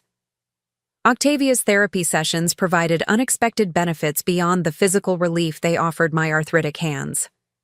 Each Tuesday afternoon, our professional relationship gradually evolved into something more nuanced than therapist and patient, yet less fraught than romantic rival and wronged wife. We developed a cautious rapport, our conversations initially limited to physiological matters but eventually expanding to include her research on aging and mobility, my academic work at Laconia, and occasionally, obliquely, Mercer. The techniques we're using today are adapted from research I conducted for my doctoral dissertation, Octavia explained during our 4th session, guiding my hands through a series of gentle stretches. I specialized in geriatric rehabilitation, with a focus on maintaining independence through targeted mobility interventions. "Your dissertation?" I mused, working through the exercises. "When did you complete it?" 3 years ago. It's what brought me to Briarcliff University. They have an excellent aging studies program affiliated with the medical center. I absorbed this information, recalibrating my perception of her. Not just a homewrecker or a youthful distraction for an aging academic, but a scholar in her own right, with professional accomplishments and intellectual passions. The realization didn't diminish her role in my marital dissolution, but it added dimensions I had previously ignored. "And how did you meet Mercer?" I asked, the question emerging before I could reconsider its wisdom. Octavia's hands stilled, momentarily. She seemed to weigh her response carefully. "He was referred to me for shoulder inflammation, repetitive strain from archival work. During our sessions, he became interested in my research. He said it aligned with his concerns about maintaining cognitive function as he aged." She resumed guiding my fingers through their range of motion. "He began attending my departmental lectures, offering insights on incorporating preservation techniques into adaptive equipment designs. One conversation led to another."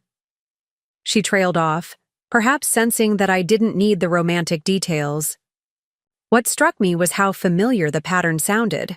Mercer discovering someone whose work complemented his own, whose intellectual energy reinvigorated his thinking, whose admiration nourished his ego. It was precisely how our relationship had begun 6 decades earlier when I was the young scholar whose passion for medieval literature had sparked his interest. "History repeats itself," I murmured. Octavia glanced up, her expression questioning. "Nothing important," I said, "just an old woman's observations. As winter mellowed into early spring, my life settled into new patterns. Monday and Wednesday. Mornings found me at Laconia College, teaching my graduate seminar and holding office hours in the small but pleasant space Cordelia had arranged for me. Tuesday afternoons were devoted to Octavia's therapy sessions. Thursdays, I worked on my book chapter, which had expanded beyond its original scope and now threatened to become a short monograph. Weekends often brought family visits, sometimes individual children with their specific concerns and joys, sometimes multi-generational gatherings that filled Thornfield House with the chaos I had once feared would disrupt Mercer's concentration. Throughout this period, the divorce proceedings advanced toward their conclusion. Mercer accepted my counter-proposal regarding the financial settlement, perhaps recognizing it as the most expedient path forward. In early March, Rhiannon informed me that we had a court date for the final decree, April 15th. Ironically, the same date Mercer and I had married 61 years earlier. "Are you sure you're comfortable with that timing?" she asked, sensitive to the potential emotional impact. "It seems fitting," I replied. "A symmetry that appeals to the literary scholar in me. Beginnings and endings on the same date." The morning of April 15th dawned clear and mild, cherry blossoms framing the courthouse steps in delicate pink clouds. I had chosen my outfit carefully, not the somber attire one might expect for such an occasion, but a sage green suit that brought out the hazel in my eyes, paired with a vintage brooch that had been a gift from my mother, not from Mercer. Imogen accompanied me, her presence a quiet ballast against the emotional crosscurrents of the day. When we entered the courthouse, Mercer was already waiting in the hallway outside the assigned courtroom. He stood as we approached, his posture carrying the slight stoop of advanced age that had become more pronounced in recent months. Without Octavia beside him, he seemed diminished somehow, not just physically, but in some essential vitality. For a moment, looking at this man I had known for over 6 decades, I felt a complex surge of emotions: lingering hurt, fading anger, unexpected compassion, and beneath it all, a kind of tender recognition of our shared human frailty. "Winnie," he said, his voice subdued, "you look well." "As do you, Mercer," I replied, professional courtesy masking deeper currents. Imogen embraced her father briefly, then excused herself to make a phone call, tactfully giving us a moment of privacy before the proceedings began. 61 years, Mercer said softly when she had gone. It would have been 61 years today. Yes. He searched my face, perhaps looking for recrimination or bitterness. Finding neither, he continued, "I want you to know that whatever mistakes I've made, and they have been numerous and significant. I never regretted our marriage. Those years weren't false, Winnie. They weren't a mistake. I considered his words carefully. They weren't a mistake, I agreed. They were a chapter, an important, defining chapter in both our lives. But not the entire story. A small, sad smile lifted the corners of his mouth. Always the literary scholar, seeing life in terms of narrative. It's how I make sense of the world, I acknowledged, through structure and meaning. We fell, silent as Imogen returned, followed shortly by Rhiannon and Mercer's attorney. The divorce proceedings themselves were brief and anticlimactic. A few formal questions, signatures on final documents, the judge's perfunctory ruling. After 60 years of shared life, our legal separation was accomplished in less than 20 minutes. As we prepared to leave the courtroom, Mercer touched my arm gently. Winnie, would you consider having lunch, for old time's sake? There are things I'd like to say that don't belong in a courtroom. Imogen raised her eyebrows, silently questioning whether I wanted her to intervene with some convenient excuse. But I found myself nodding. All right, Mercer. Lunch would be acceptable. We chose a small cafe near the courthouse, one neither of us had frequented during our marriage. Neutral territory, free from the weight of shared memories. After ordering a niçoise salad for me, French onion soup for Mercer, we sat in awkward silence. 6 decades of conversation suddenly evaporated. How are your classes going? He finally asked. Thaddeus mentioned you're quite popular with the graduate students. They're kind to humor an old woman's antiquated methodologies, I said with a self-deprecating smile.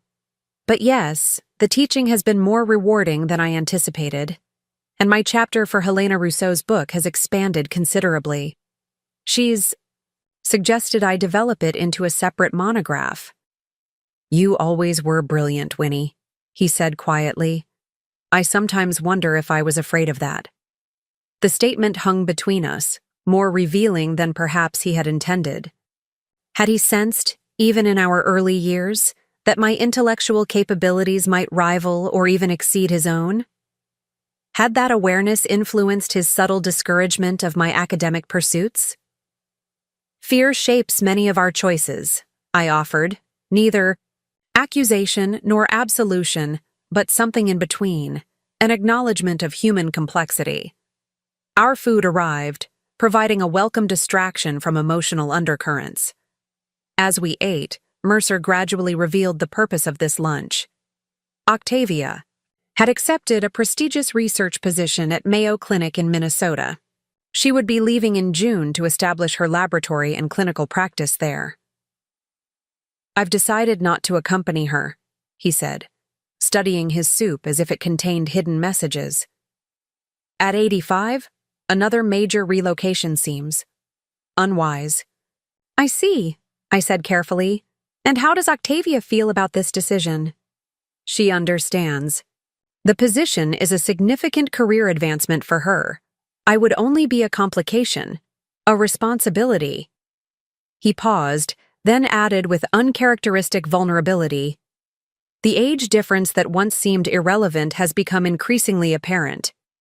Her life is still expanding. Mine is inevitably contracting. I felt an unexpected surge of empathy for this man who had hurt me so deeply. After 6 decades believing he was the center of my universe, he was learning the humbling lesson that he might be peripheral to someone else's. What will you do? I asked. Will you return to Briarcliff? No, he said firmly. Too many complications there as well. I've been offered a visiting scholar position at Emeritus College in Harbor Springs. It's modest, but includes housing in their faculty retirement community. I thought, well, it's near our cottage, near where we spent all those summers. Our cottage, now legally mine alone, though I had yet to visit it since the separation.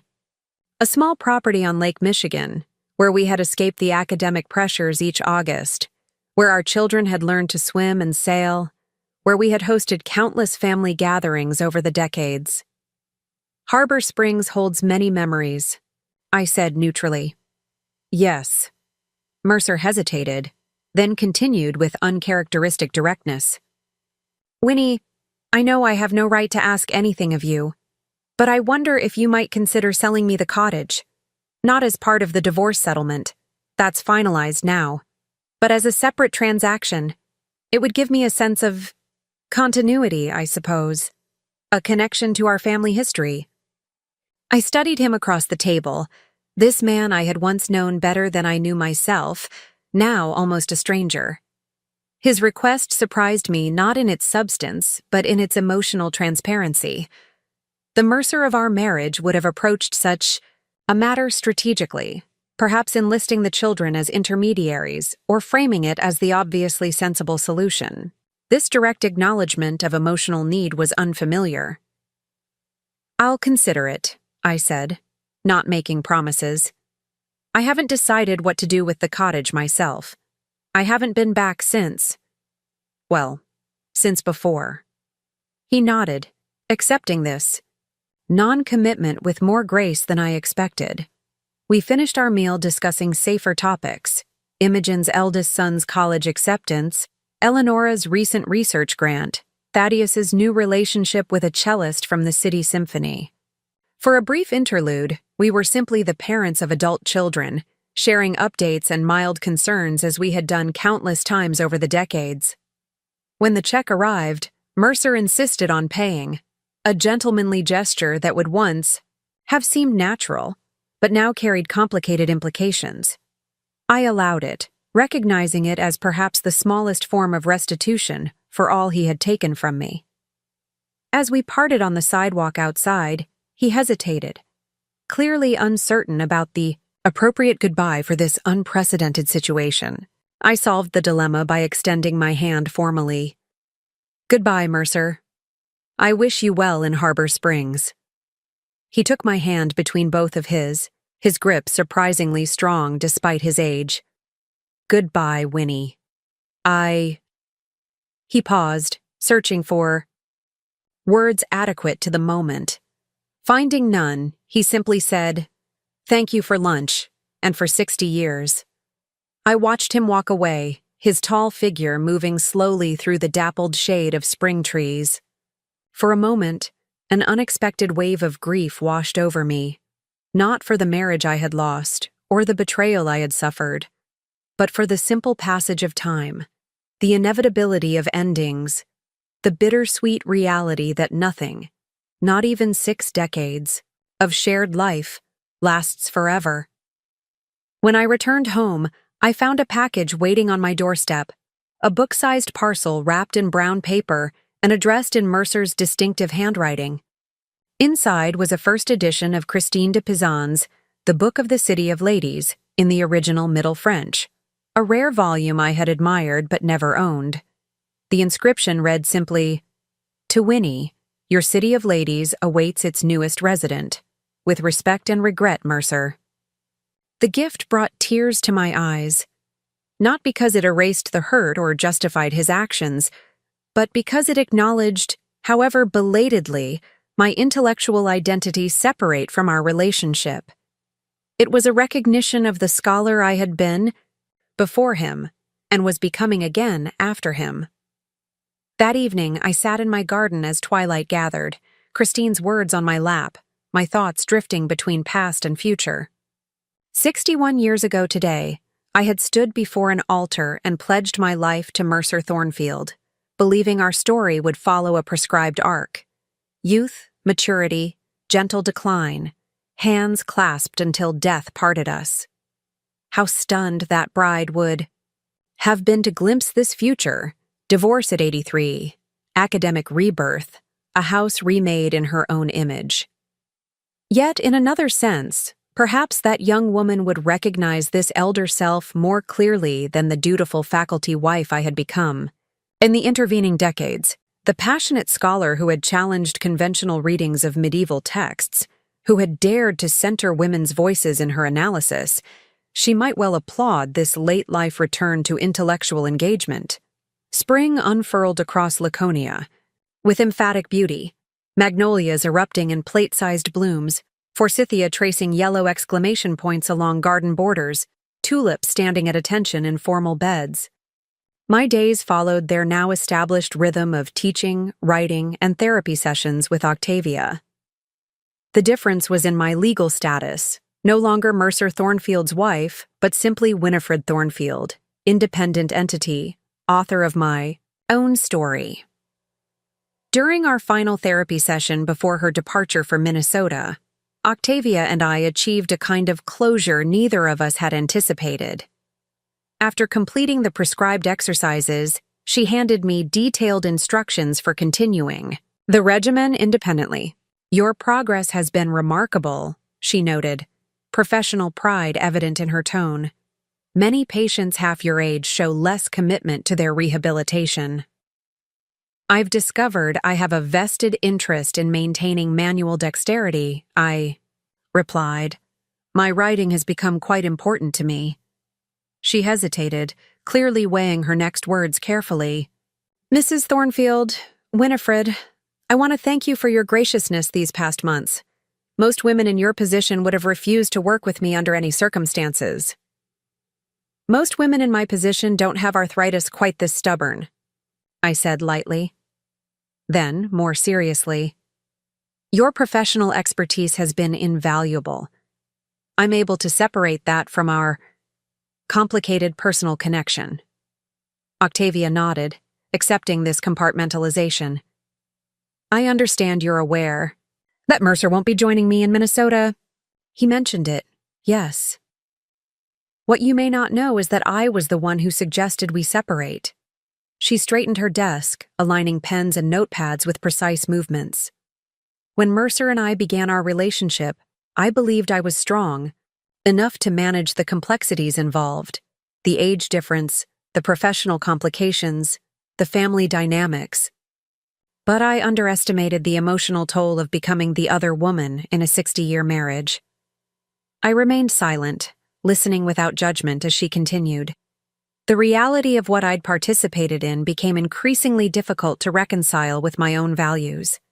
Seeing Mercer interact with his children, watching him navigate the divorce proceedings, hearing stories about family history I could never be part of, it was like living in the shadow of a massive institution I'd helped dismantle without fully appreciating its structural significance. Her metaphor struck me as particularly apt. Our marriage had indeed been an institution, not just a relationship between two people, but a complex system with its own traditions, languages, and cultural artifacts. Its dissolution affected not just Mercer and me, but an entire ecosystem of family connections and shared histories. "Minnesota offers a fresh start," Octavia concluded, "for both of us." "I hope you find what you're looking for there," I said, meaning it sincerely. Whatever role she had played in my marital breakdown, she was also a talented professional with her own path to follow. "Your patients will benefit from your expertise." As I prepared to leave, she handed me an envelope. "This might seem strange, but I wanted you to have this. It's a letter of recommendation for a colleague of mine in Laconia who specializes in hand therapy for writers and artists. If your symptoms flare up again, she's excellent." The gesture touched me. Practical, professional, and oddly personal all at once. "Thank you, Octavia. I appreciate your thoughtfulness." With May came the end of the academic semester and a surprising invitation from Helena Rousseau. "I'm organizing a medieval literature symposium in Paris this summer," she explained during our video call.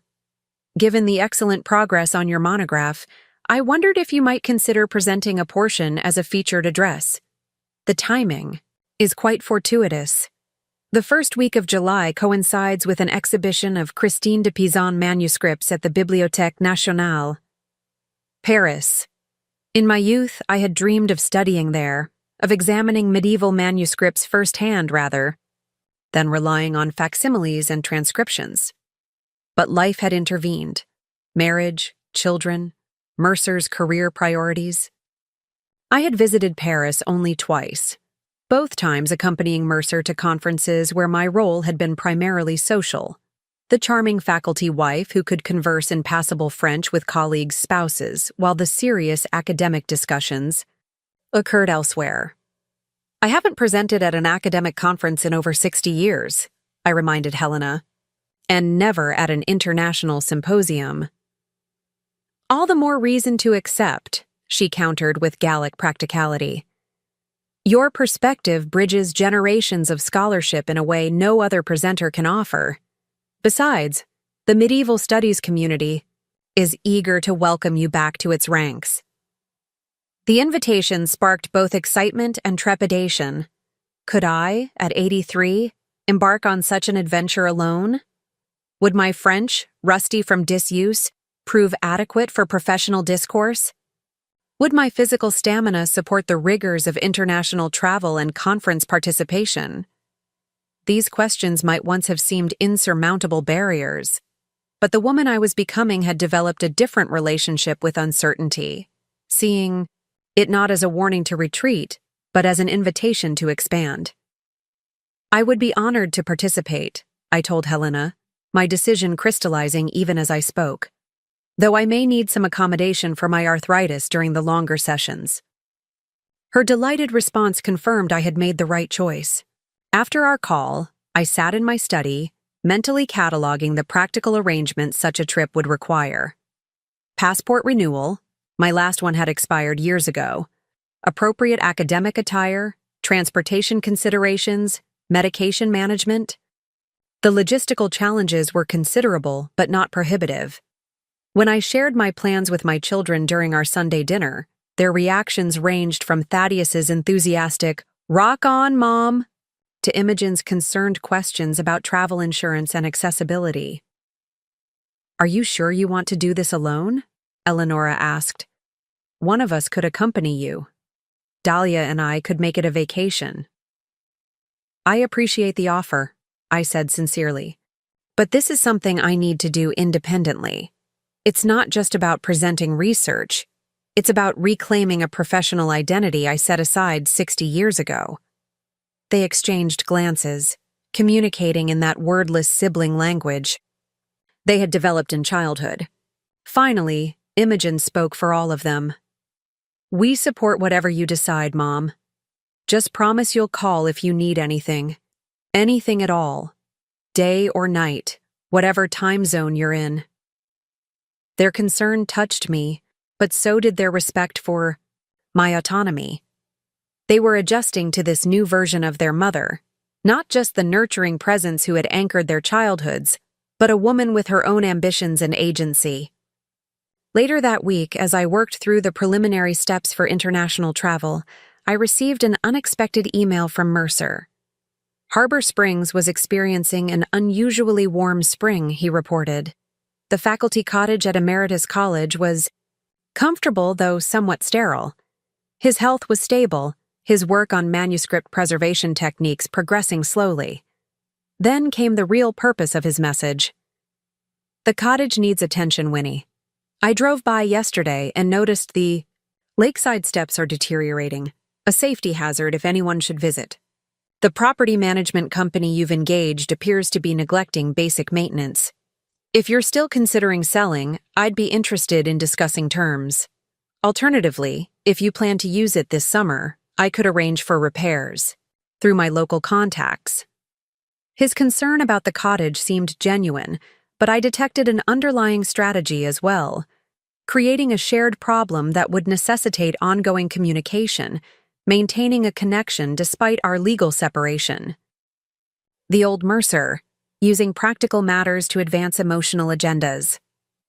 I crafted a measured response, thanking him for the information and indicating I would contact the property managers directly. As for the cottage's future, I concluded, I'm still considering options. I'll be traveling to Paris in July for an academic conference, so any decisions will likely wait until my return. His reply came within hours, unusually prompt for someone who had often taken days to respond to family communications during our marriage. He expressed admiration for my conference participation and offered unsolicited advice about accommodations in the Latin Quarter. Then, almost as an afterthought, "Paris in July. We always talked about spending a summer there after retirement, one of many plans that remained unrealized. The implied regret was palpable, though whether for the missed opportunity to visit Paris or for the larger failures of our marriage remained ambiguous. I chose not to engage with this emotional undercurrent, responding only to his practical suggestions about Parisian hotels with polite thanks. As spring mellowed toward summer, my preparation for the symposium intensified. I revised my presentation, incorporating feedback from Cordelia and refining my analysis of Marjorie Kempy's strategic deployment of feminine weakness as rhetorical strength. I practiced delivering key sections, working to strike a balance between academic precision and engaging presentation. I renewed my passport, arranged for travel insurance, and meticulously planned my itinerary with attention to physical limitations I would once have been too proud to acknowledge. Throughout this process, my mind occasionally drifted to the cottage on Lake Michigan, its weathered dock where the children had learned to dive, its stone fireplace that had warmed countless family gatherings, its screened porch where Mercer and I had spent quiet evenings watching sunsets paint the water in impossible colors. Should I sell it to him, as he requested? Should I keep it for family gatherings, creating new memories without him? Should I sell it to an unrelated party, making a clean break with that chapter of my life? The cottage represented something different from Thornfield House. Not the stage for our daily married life, but a space of concentrated family connection, annual traditions, and rare moments when Mercer had set aside academic concerns to be fully present with us. Its emotional significance transcended its modest physical attributes. One evening in mid-June, as I reviewed my presentation notes on the garden terrace, Imogen called with unexpected news. "Mom, have you spoken with Dad?" "Recently?" "Not for several weeks," I replied. "Why?" She hesitated. "Thaddeus visited him yesterday in Harbor Springs. Apparently, Dad had some kind of minor cardiac event last week. Nothing serious," she hastened to add, "but enough that his doctor has restricted his activities." "I see," I said, processing this information. "Is he receiving appropriate care?" "Yes, the faculty retirement community has good medical support. But Thad said he seemed diminished somehow, more fragile than when you saw him at the divorce proceedings." After we hung up, I sat watching fireflies emerge in the deepening twilight, my presentation forgotten. Despite everything, despite the betrayal and pain and legal dissolution of our bond, the thought of Mercer facing health challenges alone affected me more deeply than I had anticipated. Not because I wished to resume a caretaking role, that chapter was definitively closed, but because 60 years of shared life creates connections that transcend legal status or romantic attachment. The following morning, I made a decision about the cottage that surprised even me. I contacted my attorney and instructed her to draft a formal agreement. I would retain ownership, but grant Mercer lifetime usage rights, with the property ultimately passing to our children upon both our deaths.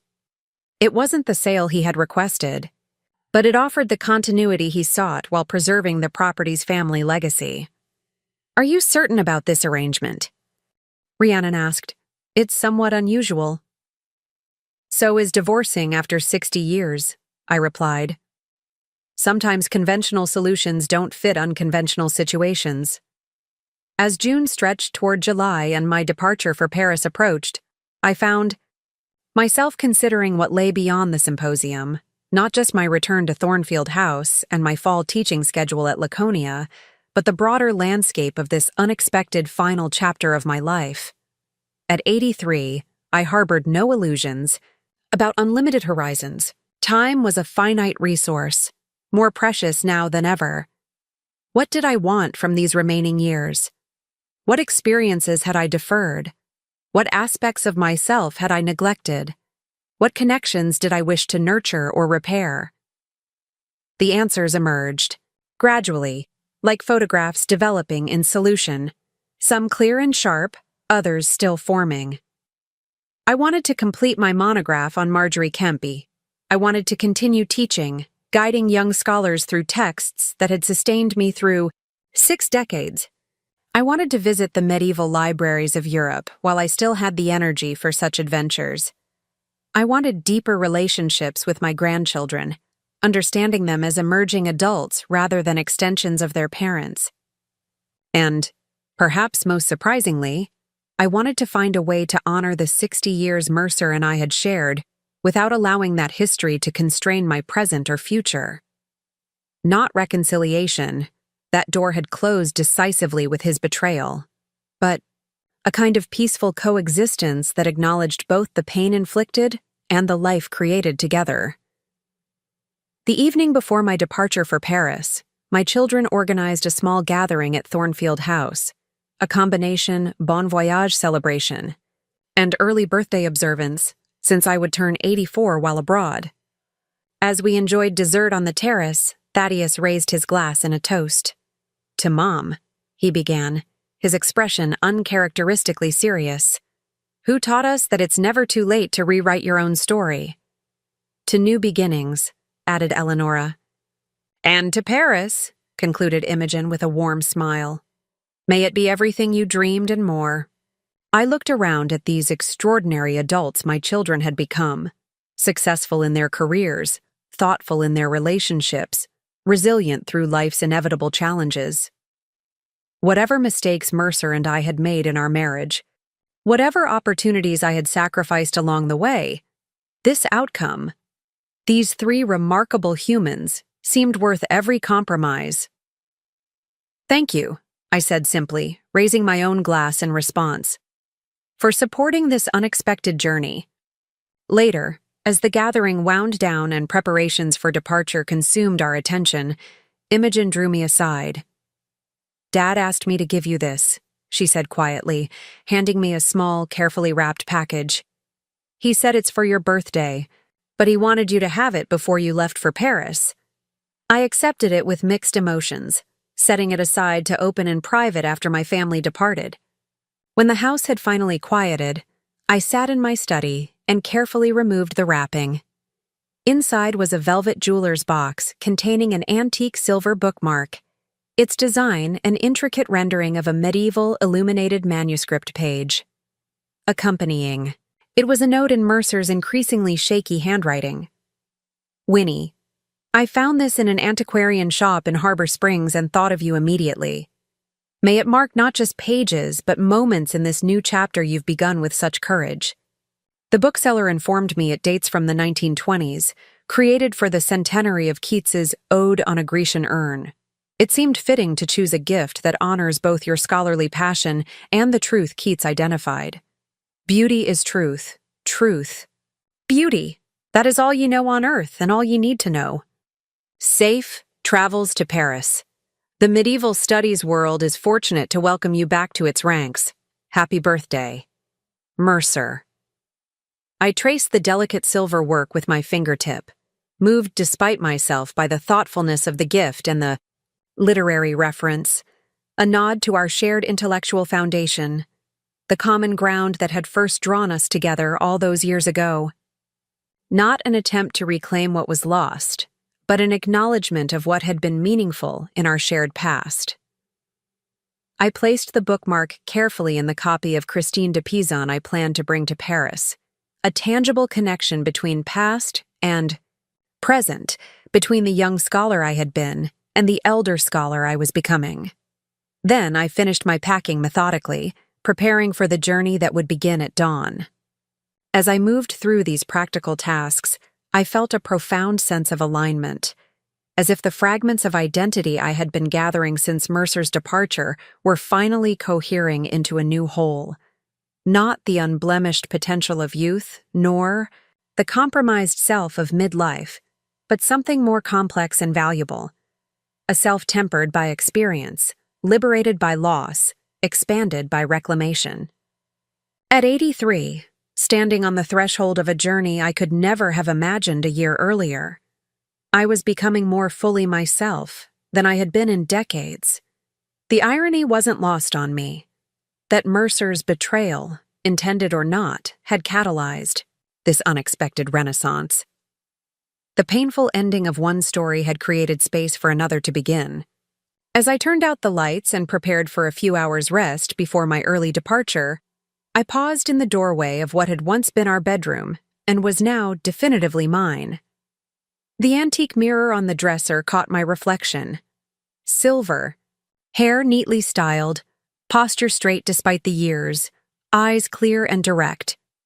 I smiled at this elder self, this woman emerging from the shadows of supporting roles into the spotlight of her own making. Paris awaits, I whispered to my reflection. And beyond that, who knows? Paris embraced me with unexpected familiarity, as if the city had been waiting all these years for my return. The July sunshine gilded ancient limestone facades, cast long shadows across cobblestone streets, and warmed cafe terraces filled with animated conversations. From my small hotel in the Latin Quarter, chosen for its proximity to the Sorbonne where the symposium would be held, I could hear the distant bells of Notre Dame marking the hours, a timeless rhythm connecting medieval past to vibrant present. My presentation was scheduled for the second day of the conference. The evening before, I sat in a small courtyard restaurant with Helena Rousseau and several distinguished medieval scholars, picking at my coq au vin while anxiety fluttered in my chest. Would my research hold up under scrutiny from these formidable intellects? Had I been foolish to think I could step back into academic discourse after a 60-year absence? You seem pensive, Winnie, Helena observed, her sharp eyes missing nothing. Are you concerned about tomorrow?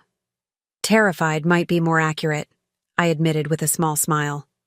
It's been decades since I presented original research to an audience of peers. Professor Edmundo Garcia from Barcelona University leaned forward, his expression kind. I read the abstract of your presentation. Your analysis of Marjorie Kempie's strategic deployment of feminine weakness is brilliant, particularly your connection to contemporary feminist theory without anachronistic impositions. We are eager to hear more. His words calmed me somewhat, as did the genuine interest I saw in the faces around the table. These scholars weren't humoring an old woman or extending professional courtesy to a colleague's widow. They were engaging with my ideas on their merits. That night, in my hotel room overlooking a quintessentially Parisian courtyard, I made final preparations for my presentation. As I arranged my notes, my fingers brushed against the silver bookmark Mercer had sent. That tangible link between my past and present selves. On impulse, I pulled out my phone and composed a brief message. Paris is everything I remembered and more. Presenting tomorrow morning. The bookmark is perfect for my conference materials. Thank you for the thoughtful gift. Winnie. His response came minutes later, despite the time difference. You'll be magnificent. You always were. 5 simple words, yet they carried complex resonance. Not an attempt to reclaim what was lost or deny the pain inflicted, but an acknowledgement of a truth that remained valid despite everything that had happened between us. He had seen and valued my intellectual capabilities, even if his actions hadn't always reflected that appreciation. The next morning, I stood before a packed lecture hall at the Sorbonne, sunlight streaming through tall windows as I adjusted the microphone. Looking out at the attentive faces, some young graduate students earnestly poised with notepads, some distinguished professors whose work I had been studying intensively for months, I felt a moment of pure clarity. This was where I belonged, where I had always belonged. Not exclusively, not at the expense of family or other aspects of identity, but as an essential expression of my authentic self. Bonjour et merci, I began, my French pronunciation returning more smoothly than anticipated. It is both an honor and a homecoming to address this distinguished gathering. My journey to this podium has been unconventional, a 60-year detour, you might say. But perhaps that perspective offers unique insights into our medieval subject. The presentation flowed naturally from that point, my nervousness transforming into energetic engagement as I outlined Marjorie Kempie's sophisticated negotiation of patriarchal constraints. When I finished 40 minutes later, the applause was gratifying, but the questions that followed were even more so. Thoughtful, challenging inquiries that pushed my analysis in new directions and suggested future avenues for research. I responded, with growing confidence, the academic language that had once been my native tongue returning with each exchange. That afternoon, as conference attendees gathered for coffee in a sunlit courtyard, a young woman approached me, a doctoral candidate from Oxford whose question about embodied spirituality had been particularly insightful.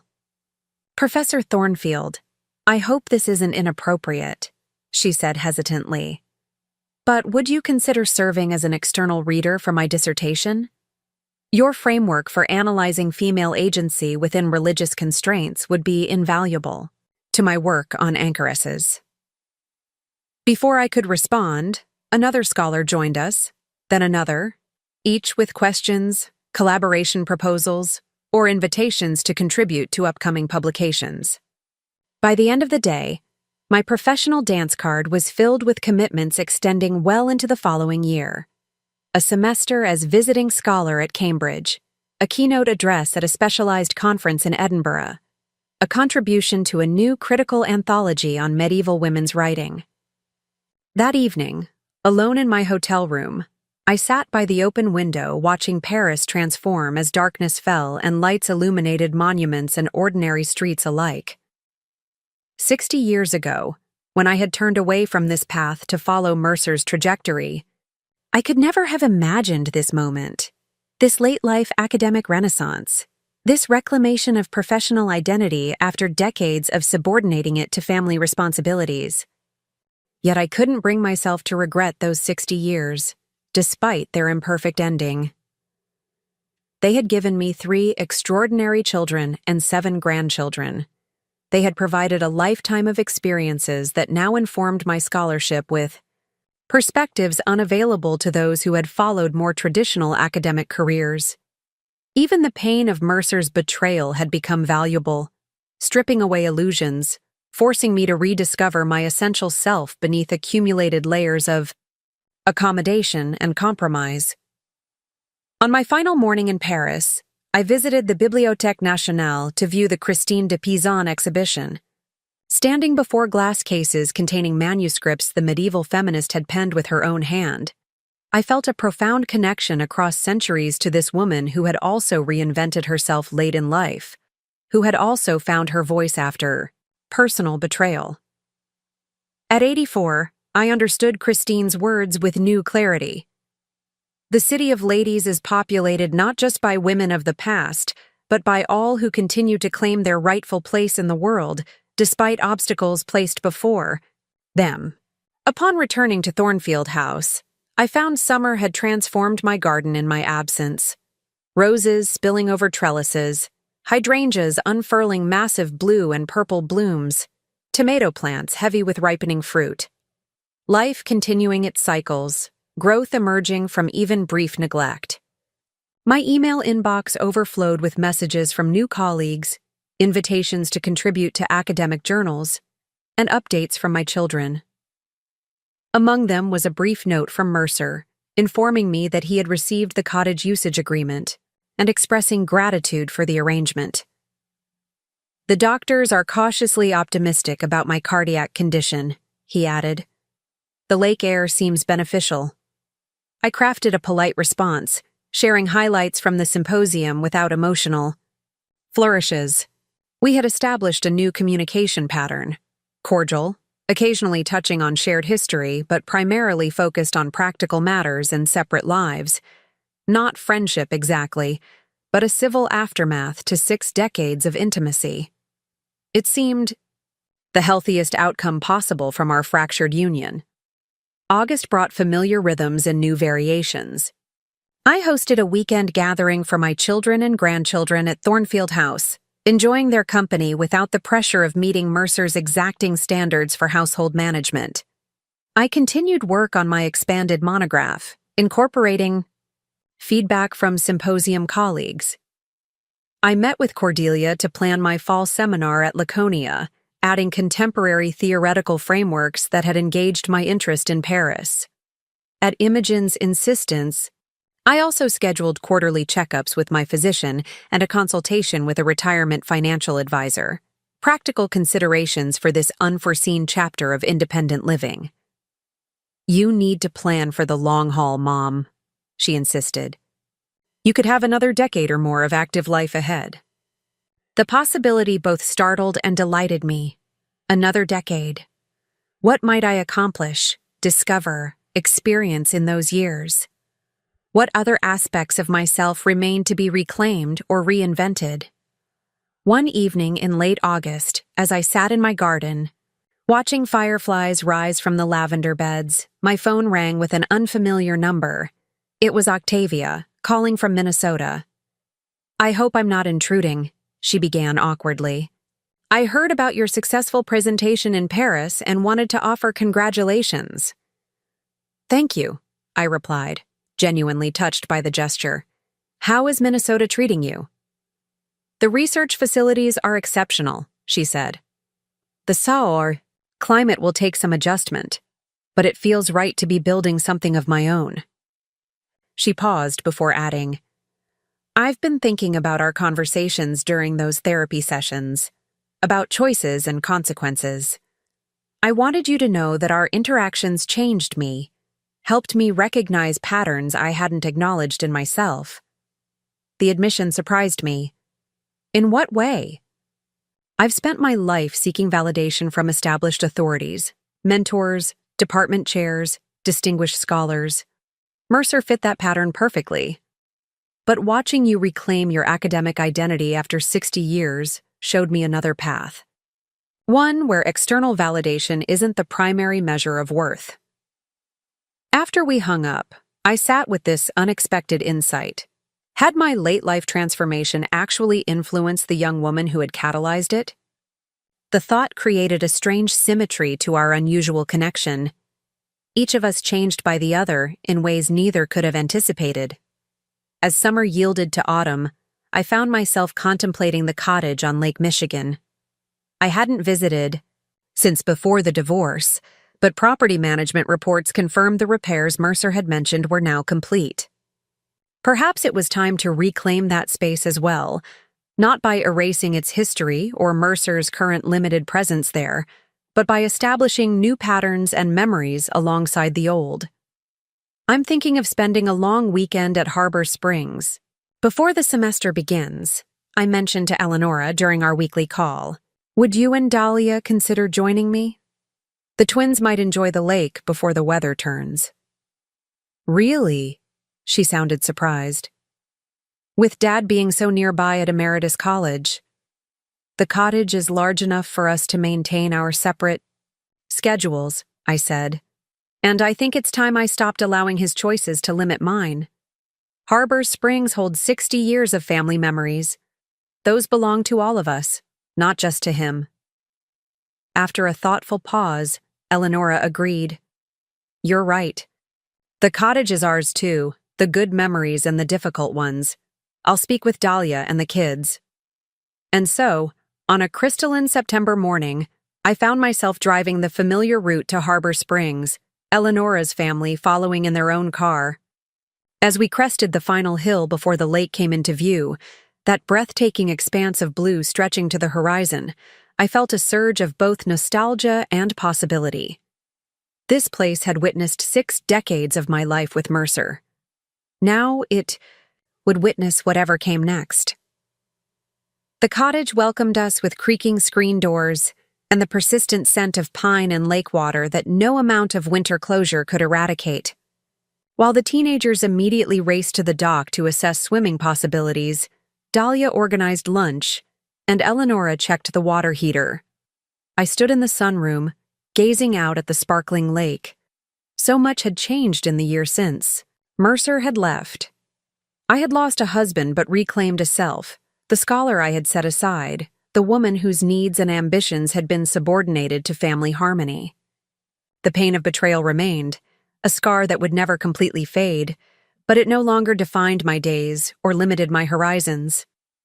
At 84, I had discovered that endings often contain beginnings, that loss can create space for unexpected growth, that the story I had thought complete still had chapters waiting to be written. Not a fairy tale ending. I harbored no illusions about riding off into the sunset with a new companion or achieving global academic acclaim. But something more valuable. The quiet satisfaction of becoming more authentically myself with each passing day. Outside the window, I could see Eleonora and Dahlia setting up the old picnic table on the beach, laying out the colorful plates and mismatched glasses that had served countless family gatherings. The teenagers had found the collection of weathered kayaks stored beneath the deck and were arguing good-naturedly about who would take which one. Life continuing, adapting, creating new patterns from the threads of the old. I picked up my notebook, the one containing ideas for my next research project, and headed down to join them, stepping confidently into the next chapter of a story still very much in progress. Up next, you've got 2 more standout stories, right? On your screen. If this one hit the mark, you won't want to pass these up. Just click and check them out.